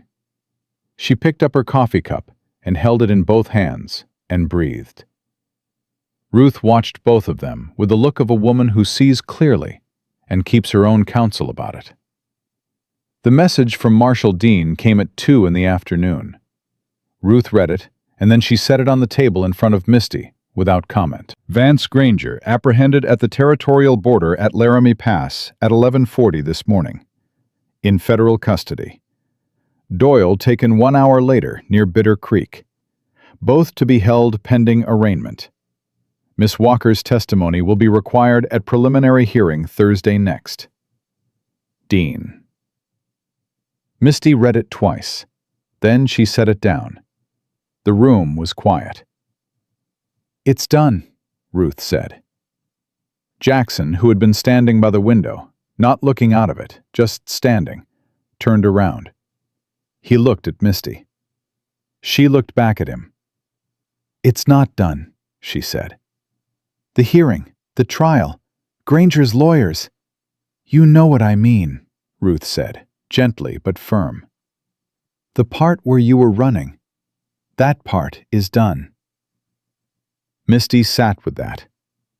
She had been running, physically, emotionally, the specific posture of a person who has not allowed themselves to stop moving because stopping meant being caught. For so long that stillness felt like a foreign language. She tried it now. Tried just sitting in Ruth Callan's kitchen in Harlan, Wyoming, with a cup of coffee and a material witness order, and the knowledge that Vance Granger was in a cell, and she let the stillness be what it was. It felt terrifying for about 30 seconds. Then it felt like something else. Jackson came to the table and sat across from her, and put his own cup down, and looked at her with those creek water eyes, the ones that had assessed her from a doorway 2 days ago, and found her worth the trouble of 2 cups of water and a bowl of stew and a bedroll on the floor. "What do you want to do?" he said. "After Thursday." She looked at him. "What do you mean?" "I mean, you're not running anymore," he said, "which means you get to go in a direction you choose." "So what direction is that?" Nobody had asked her that in a long time. She didn't have an answer ready, which was itself a kind of answer. Proof that she'd spent so many years responding to what other people decided about her, that the question of her own direction had gotten buried under everything else. "I don't know yet," she said honestly. "That's all right," he said. "Is it?" "Yes," he said. "Not knowing yet just means you've got somewhere left to go." She looked at him, at the careful way he was holding space for her answer without filling it, the way he'd done since the moment he'd stepped back from his own doorway to give her more of the opening. She thought about what kind of man does that instinctively, what kind of life produces that particular reflex. "What about you?" she said. "After Thursday, after all of this, what do you do with the quiet when there's nothing left to fight for?" He turned the cup in his hands, thought about it the way he thought about everything, honestly, and without hurrying. "I think I find something worth building instead," he said. He looked up. "I've been tearing things down a long time. I reckon I've forgotten what the other thing feels like." She held his gaze. "Maybe you remember together," Ruth said, from the other side of the kitchen, with the supreme serenity of a woman who is not even slightly pretending she hasn't been listening. Jackson looked at Ruth. Ruth looked at her coffee cup. Misty looked at the table and felt the heat move up the back of her neck, and was not entirely displeased about it. Thursday came. The courtroom in Harlan was full.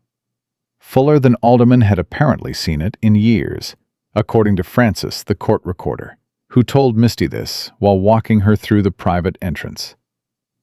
Word had spread, the way word spreads in small western towns with long memories. And the people who filled those benches were not there for entertainment. They were there because they had all, in one way or another, spent years knowing that something was wrong and not having the mechanism to say so out loud. Misty walked to the witness stand in a dress that Ruth had lent her. Not her torn blue-gray thing, but a proper dark green dress that fit, that had all its seams, that was the dress of a woman who had arrived somewhere rather than fled somewhere. She sat down. She put her hands flat on the wood in front of her. She looked at the room. She found Jackson in the second row. He was watching her with a steady, deliberate attention of someone who has decided that the most useful thing they can do in this moment is simply be present in her line of sight. She held his gaze for 1 second, and then she turned to face Alderman. She testified for 3 hours. Granger's lawyers were exactly as good as Alderman had predicted. They attacked her employment history, her living circumstances, her reasons for running, the precise timeline of events, the lighting in the room when she'd witnessed the exchange between Doyle and Haynes. They were skilled and expensive and relentless, and she answered every question with the same flat, unembellished accuracy she'd used in Alderman's office on Tuesday morning. Twice her voice tried to shake. Both times she stopped, breathed, and continued. The third time, when Granger's lead lawyer said, with a particular brand of smooth contempt she recognized from years of being underestimated, "Miss Walker, would you characterize yourself as a credible witness, given your circumstances?" She looked at him directly and said, "I would characterize myself as the only person in this room who was standing 6 feet away when your client's man handed a bribe to a county sheriff. My circumstances don't change what I saw." The room was very quiet. Alderman looked at his desk. She was fairly certain he was suppressing something. When she stepped down from the stand, the courtroom let out a collective breath that sounded like something settling, like something that had been held at an uncomfortable angle for a very long time, finally being allowed to rest.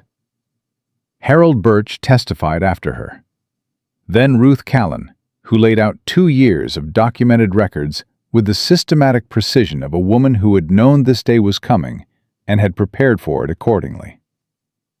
Then a man Misty didn't recognize, one of Jackson's sources, she realized, reading from a signed affidavit, and then another. By the time Alderman called the session to recess, the shape of the case was not a question.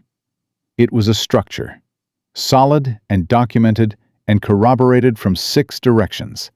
And even Granger's lawyers had stopped looking at Misty with contempt and started looking at each other with the quiet urgency of men doing arithmetic that keeps coming out wrong. Vance Granger sat at the defense table through all of it, and she looked at him once, just once, at the end, when she was walking past.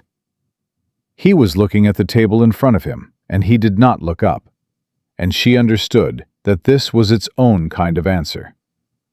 A man like Granger looked away when the thing he'd built from making others small had finally made him small instead. She kept walking. Jackson was waiting in the hallway. He straightened when she came through the door, and she walked to him and stopped. And they looked at each other, and she felt, very simply, that she had come to the end of the thing she'd been surviving, and was standing now at the beginning of the thing she might actually choose. "How are you?" he said. "I'm standing," she said. "You were more than standing in there," he said. She looked at him for a long moment. "Jackson, the letter, the bluff at the way station." She paused. "If he'd called it." "He didn't. But if he had, then we'd have figured out something else," Jackson said. "Because that's what you do. You figure out the next thing." He looked at her steadily. "That's what you've been doing your whole life. You just didn't always have anyone helping you figure it with you." She felt her throat tighten, and she let it. "Your sister," she said. "She deserved to be here." "Yes," he said. "She did. She'd have liked seeing this." He was quiet for a moment. When he spoke, his voice was rough at the edges, in a way she'd never heard from him before, and she didn't look away from it. "She'd have liked you," he said. She had no patience for people who stayed small to make other people comfortable. She would have recognized you the minute you walked in the door. He paused. "Same as I did." Misty Walker stood in the hallway of the Harlan courthouse and looked at Jackson Hawk and made a decision.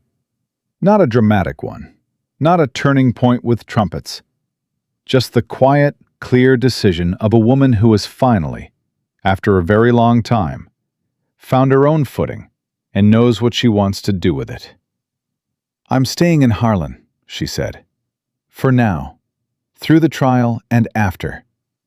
I'm not going back to Silver Creek, and I'm not running somewhere new. I'm staying here." She paused. Ruth said she could use someone at the dry goods. Something moved through his face. "Ruth said that?" "She did." "When?" "This morning, before the hearing." She held his gaze. "She also said that Harlan is only a day's ride from a certain cabin on the Wyoming plains that has recently become somewhat less isolated than it used to be." He was very still for a moment. Then the thing she'd been waiting to see on his face finally arrived. Not the shadow of a smile, not the neighborhood of it, but the full and genuine article, tired and real and transforming him entirely. "It has it that," he said. She smiled back.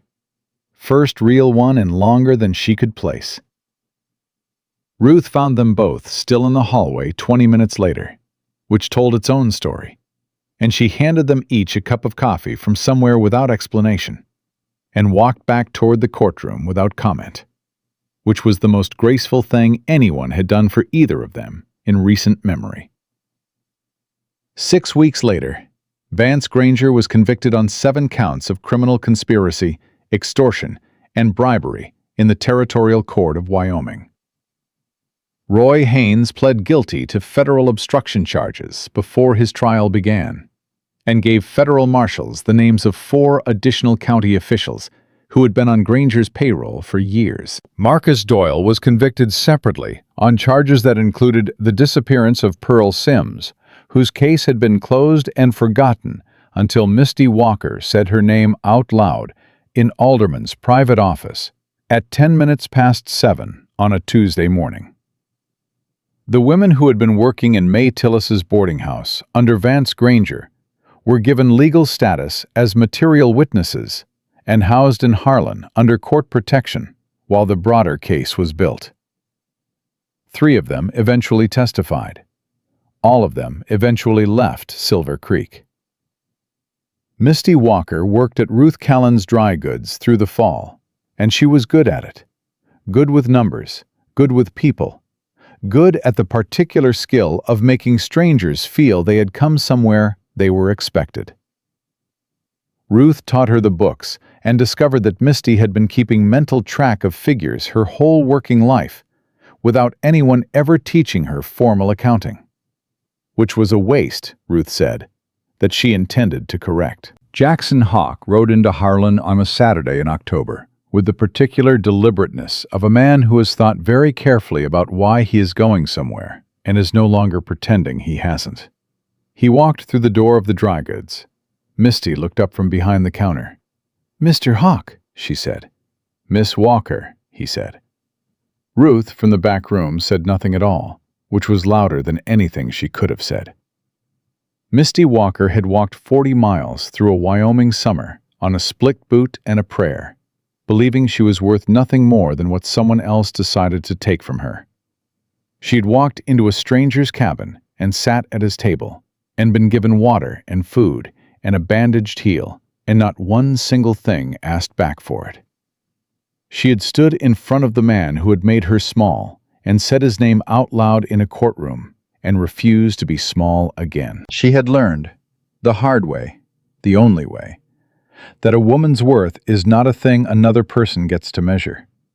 It is not a transaction. It is not the sum of what she can offer a stranger in exchange for one more night of survival. It is hers.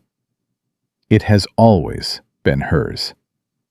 And no man alive, no matter how long he has spent trying, gets to take it away. Misty Walker had always been worth something. She just finally had the proof. Lưu ý, viết 2.600 đến 3.000 từ liên kết liền mạch với các phần trước trong câu chuyện. Pha hội thoại tạo thành một câu chuyện liền mạch khi ghép lại. Mỗi phần liền mạch với phần trước, không giới thiệu lại câu chuyện ở đầu phần mới, liên kết các phần của câu chuyện một cách liền mạch, sử dụng câu chuyển tiếp giữa các phần, duy trì chủ đề, tránh ngắt quãng đột ngột, không sử dụng gạch đầu dòng hoặc tiêu đề phụ, phong cách kể chuyện Mỹ, Hoa Kỳ, giọng văn giàu cảm xúc, chân thực và gần gũi, không mô tả cảnh, tập trung vào hành động, cảm xúc và tâm lý nhân vật. Viết phần 5 đạt điểm 10 trên 10 và bổ sung tiết tấu câu chuyện, nhanh. Sửa lỗi a ôi, kể theo ngôi thứ 3, giữ độ kịch tính, không viết lan man. Kết thúc dùng câu khẳng định mạnh để khép lại câu chuyện, rõ ràng, trọn vẹn. Lưu ý, trả lời cho mục tin nhắn không nhảy sang mục document. Mỗi 2 đến 3 phút cần có mini climax và đạt 10 đến 15 mini climax mỗi phần. Cứ 10 đến 12 phút có một twist lớn sâu sắc, đan xen mini cliffhanger mạnh hơn. Tăng tính tự nhiên cho phản ứng của các nhân vật, thêm nhịp điệu kịch tính, thực tế và gần gũi. Mỗi 8 đến 10 phút cần có móc giữ chân khán giả. Lưu ý, không mô tả cảnh và chỉ cần viết nội dung và viết đúng lệnh nhé. Show more, 16 giờ 44 phút. Orchestrated high-stakes narrative with rapid pacing, emotional depth, and strategic plot twists. Orchestrated high-stakes narrative with rapid pacing, emotional depth, and strategic plot twists. Haynes left, not gracefully. Men like Roy Haynes never left gracefully, but he left. She heard his boots on the hallway floor through the closed door, heavy and retreating. And the sound of them going was the first thing that had felt like victory since she'd knocked on a stranger's door 2 days ago. Alderman looked at Harold Birch. Get Francis.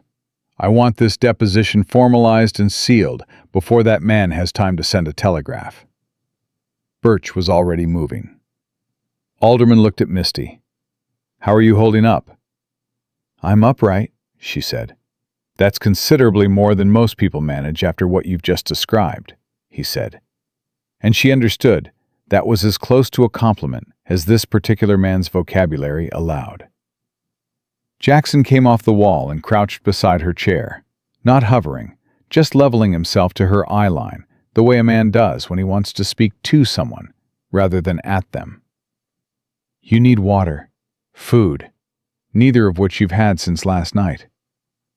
I need Granger in custody, she said. Dean's handling that, Jackson said. You can't do anything about that part. You can do something about the other part. She looked at him.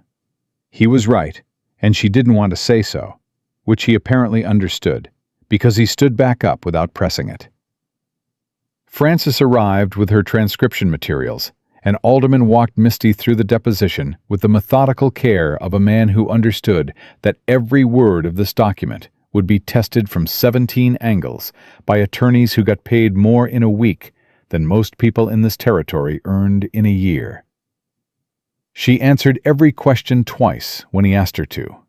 She corrected herself once, a date she'd said as February that was actually March, and she caught it herself and corrected it without prompting, which made Alderman pause and look at her over his glasses with something that might have been approval. When Frances left with the sealed pages, the room went quiet in a way that meant the most urgent part was over, and what remained was the harder part, the waiting. What happens now? Misty said. Now we wait for Dean, Alderman said. If he has Granger in custody before noon, I can have a preliminary hearing date set by end of week. If Granger runs, he'll run, Jackson said. Alderman looked at him. He's been positioning for it, Jackson said. For weeks, maybe months. Granger doesn't operate without an exit. He's got money outside the territory. I know of at least 2 accounts in Denver, 1 in Kansas City. If he thinks this is closing, he doesn't fight it from inside. He runs and he fights it from somewhere else. Misty felt her stomach drop. If he gets out of Wyoming. Federal jurisdiction follows him, Alderman said. Dean's warrant isn't territorial. That's precisely why I called Dean instead of the county. He picked up his pen and set it down again, the gesture of a man whose hands needed something to do while his mind worked. Granger knows that. which means if he runs, he knows exactly what he's running into. Then why would he run? Misty said. Because sometimes, Alderman said quietly, a man would rather keep moving than face the thing that's waiting for him, standing still. The message from Marshal Dean came at 11:47. Ruth Callan brought it herself. She arrived at Alderman's private entrance with her coat still on and a folded paper in her hand, and the expression of a woman who has been managing consequential information for long enough that she knows how to carry it without letting it show on her face. She handed it to Alderman. He read it. He set it on the desk and looked at Misty. Granger was taken at Laramie Pass, he said. 45 minutes ago. Federal custody. The room did not erupt. There was no shouting. What happened was quieter than that, and more profound. A collective exhale, the specific release of people who have been braced for impact for so long that not being hit feels disorienting. Misty put both hands flat on her knees and stared at the floor. Doyle? Jackson said. Not yet, Ruth said. He ran a different direction. Dean has men tracking him. She looked at Misty. He won't get far. He's alone, and he knows it. Misty looked up. Haynes? Federal deputies picked him up 20 minutes after he left this building, Ruth said. She said it with the particular satisfaction of someone who has been patient long enough to enjoy the payoff. He didn't resist. Apparently sat down on the front step of the hotel and waited.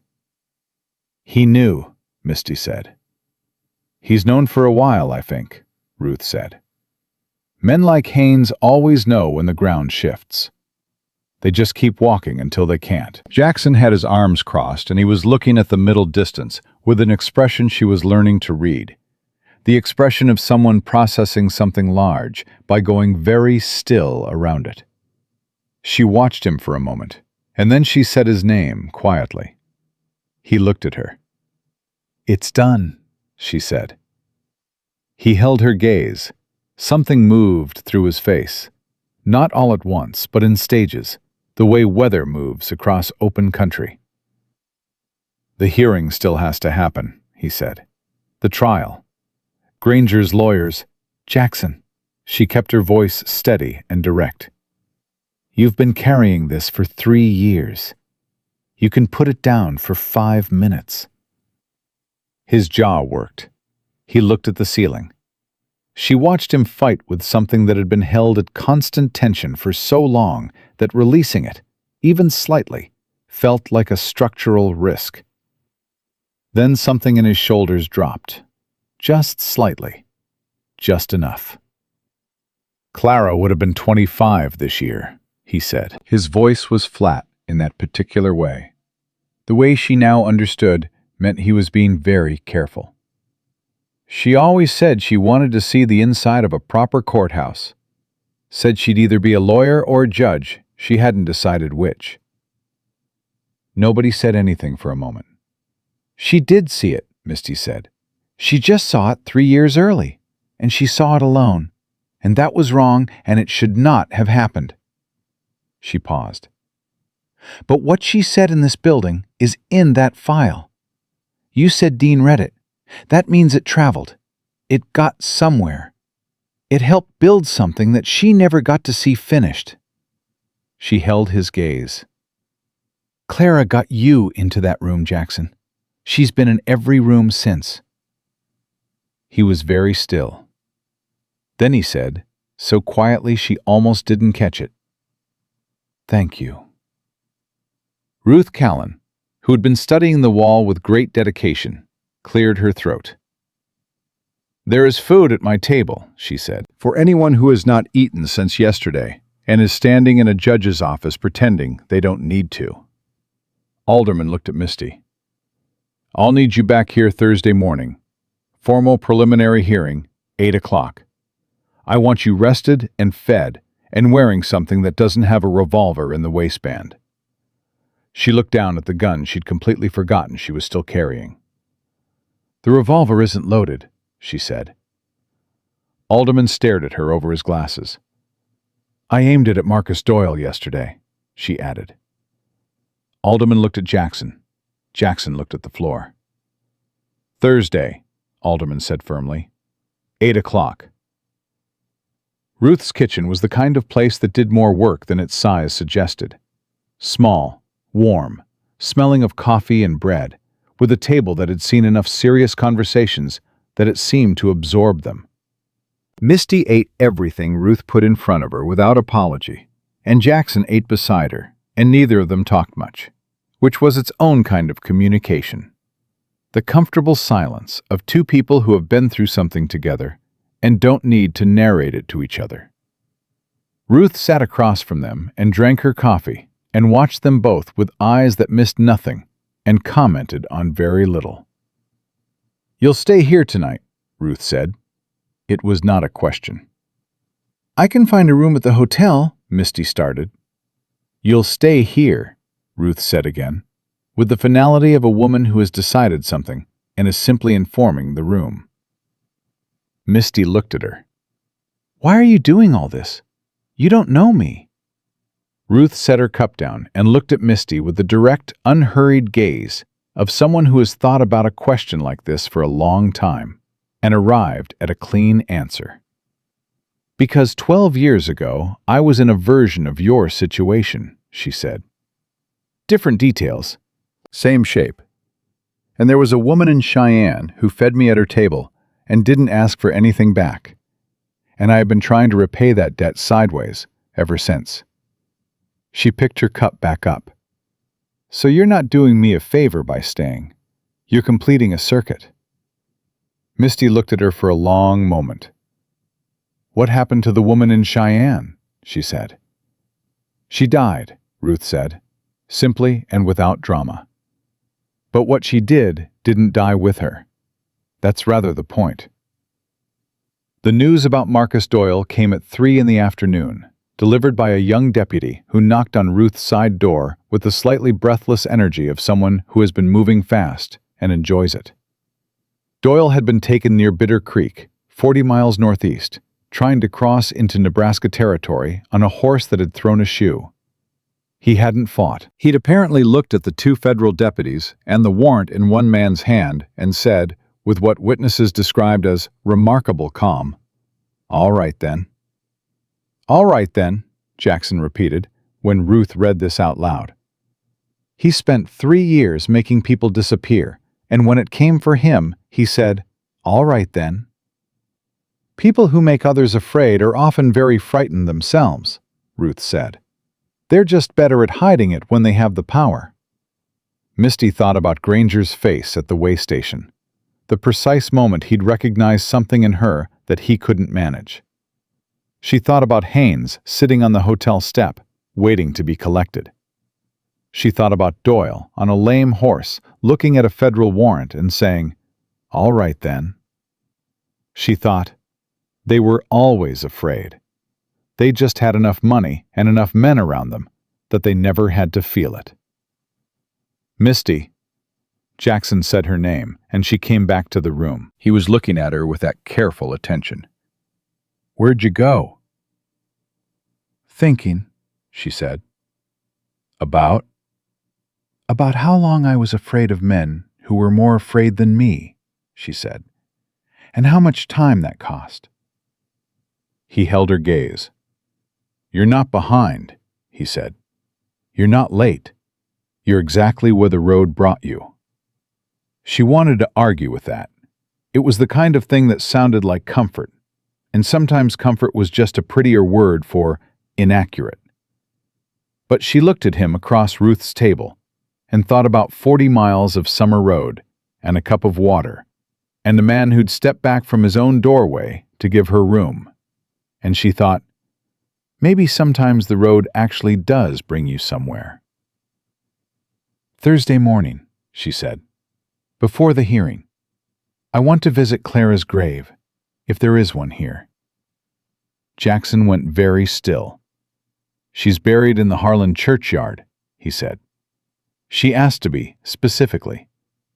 She said Silver Creek hadn't earned the right to keep her. Misty felt the sentence land in her chest. That sounds like a woman who knew exactly what she was worth, she said. She always did, Jackson said. She just couldn't always make the world agree with her. He paused. You're better at that part than she was. I learned from people who paid for my education, Misty said quietly. The least I can do is use it. Thursday arrived the way important days arrive, fast and unavoidable.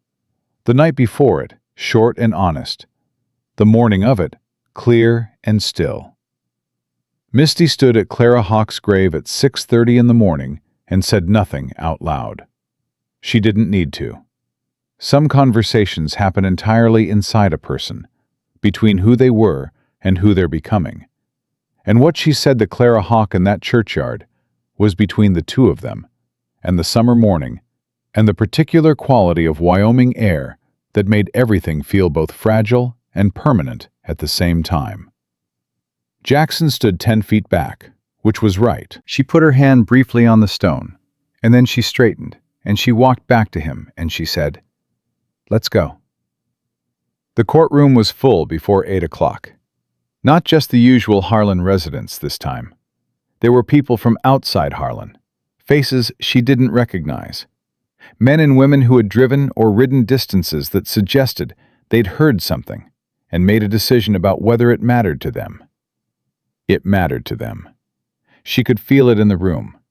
The specific charged quality of a crowd that has shown up because something true is happening. And they want to be present for the truth. She sat in the witness chair and put her hands in the wood in front of her. And she found Jackson in the second row, and he was watching her with the same steady, deliberate presence he'd held since the moment he'd stopped being surprised by her and started being certain of her. And she held that for exactly 1 second, and then she turned to face Alderman. "Miss Walker," Alderman said, "you have provided a sworn deposition to this court detailing direct observations of criminal activity on the part of Vance Granger and his associates. Are you prepared to affirm that testimony before this court today?" "I am," she said.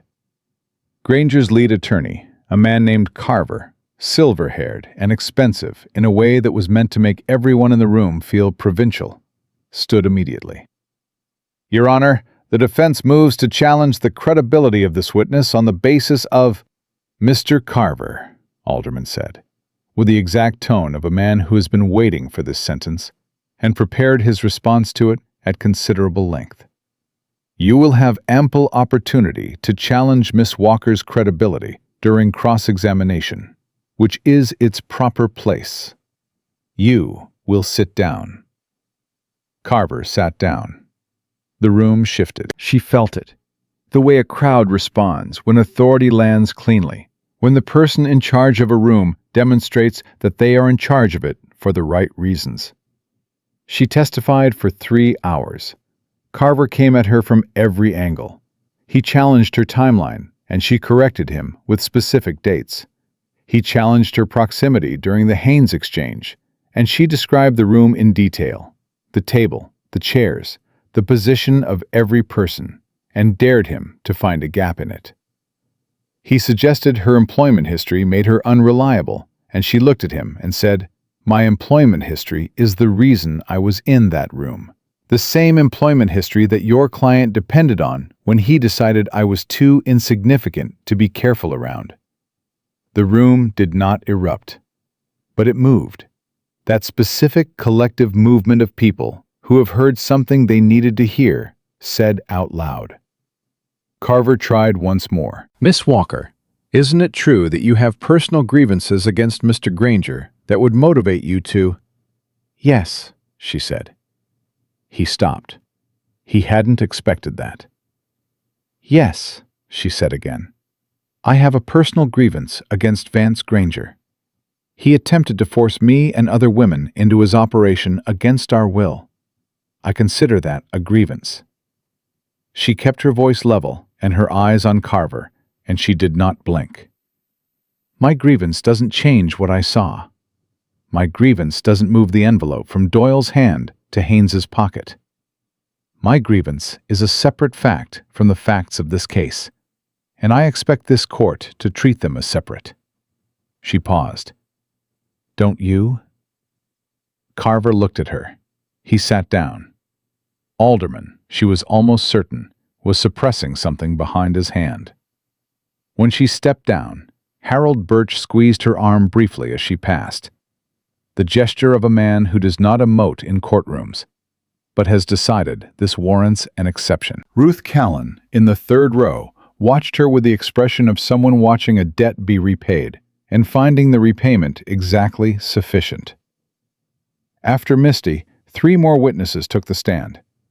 2 of them were names from Jackson's 3-year file, men who had left Granger's employ and kept quiet out of fear, and were no longer afraid. The third was a woman named Alice, who had worked in May Tillis's boarding house before Misty, and had left Silver Creek 6 months ago, and had found her way to Harlan through a chain of women helping women that Ruth Callan had apparently been quietly organizing for longer than anyone knew. Alice was 23 years old. She sat in the witness chair, and she shook the entire time she testified, and she did not stop talking.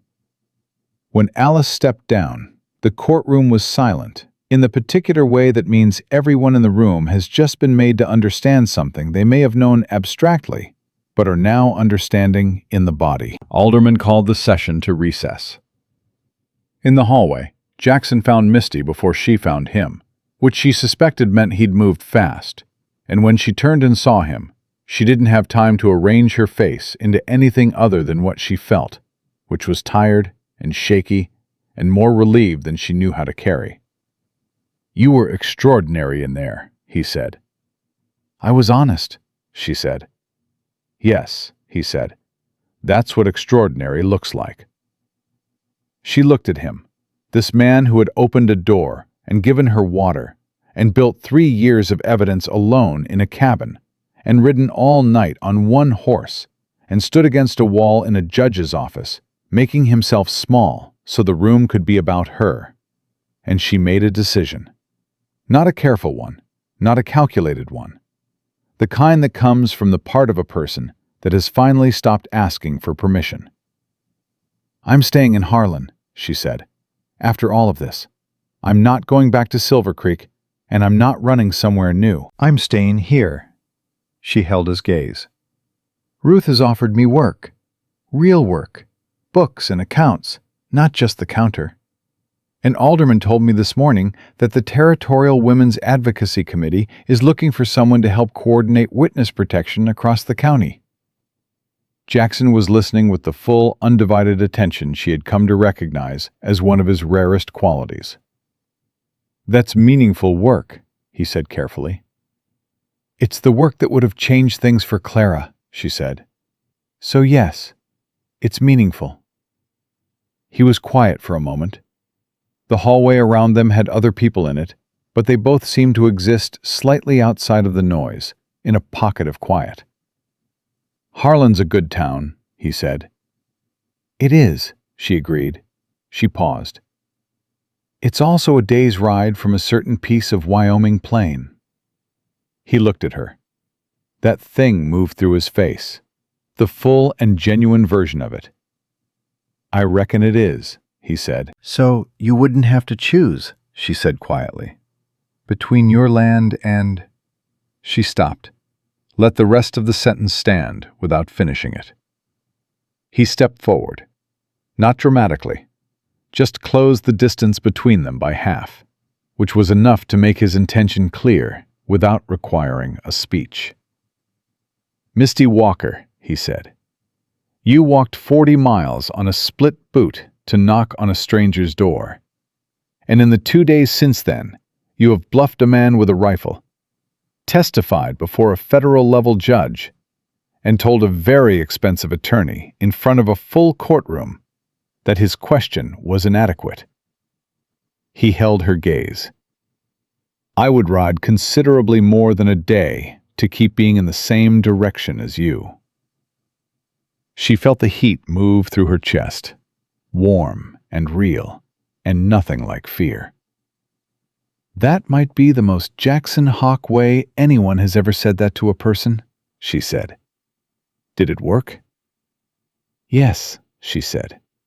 "It worked." Ruth Callan appeared at the end of the hallway with 2 cups of coffee, looked at the distance between them, and turned entirely around and went back the way she'd come.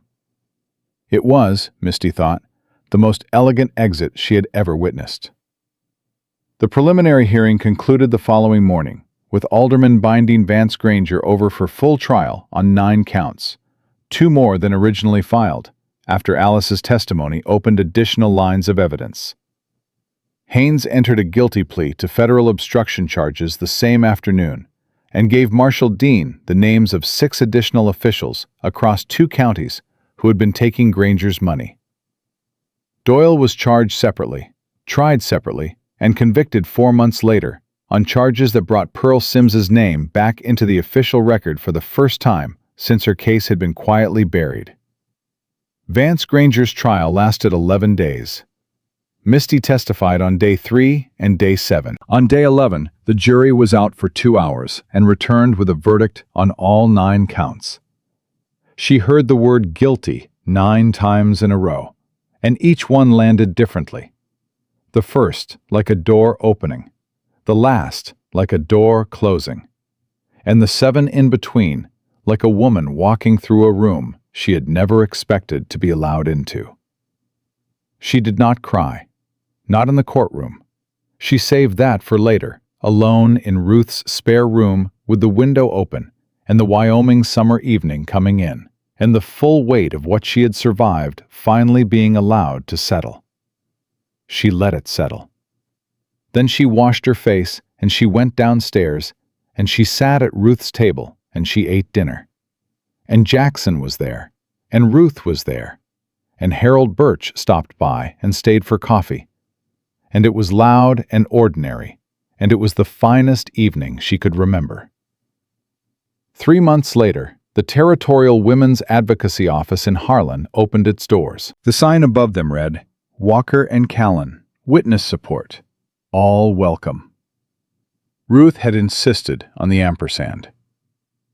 Jackson Hawk rode into town every Saturday, regular as weather, and rode home Sunday evening.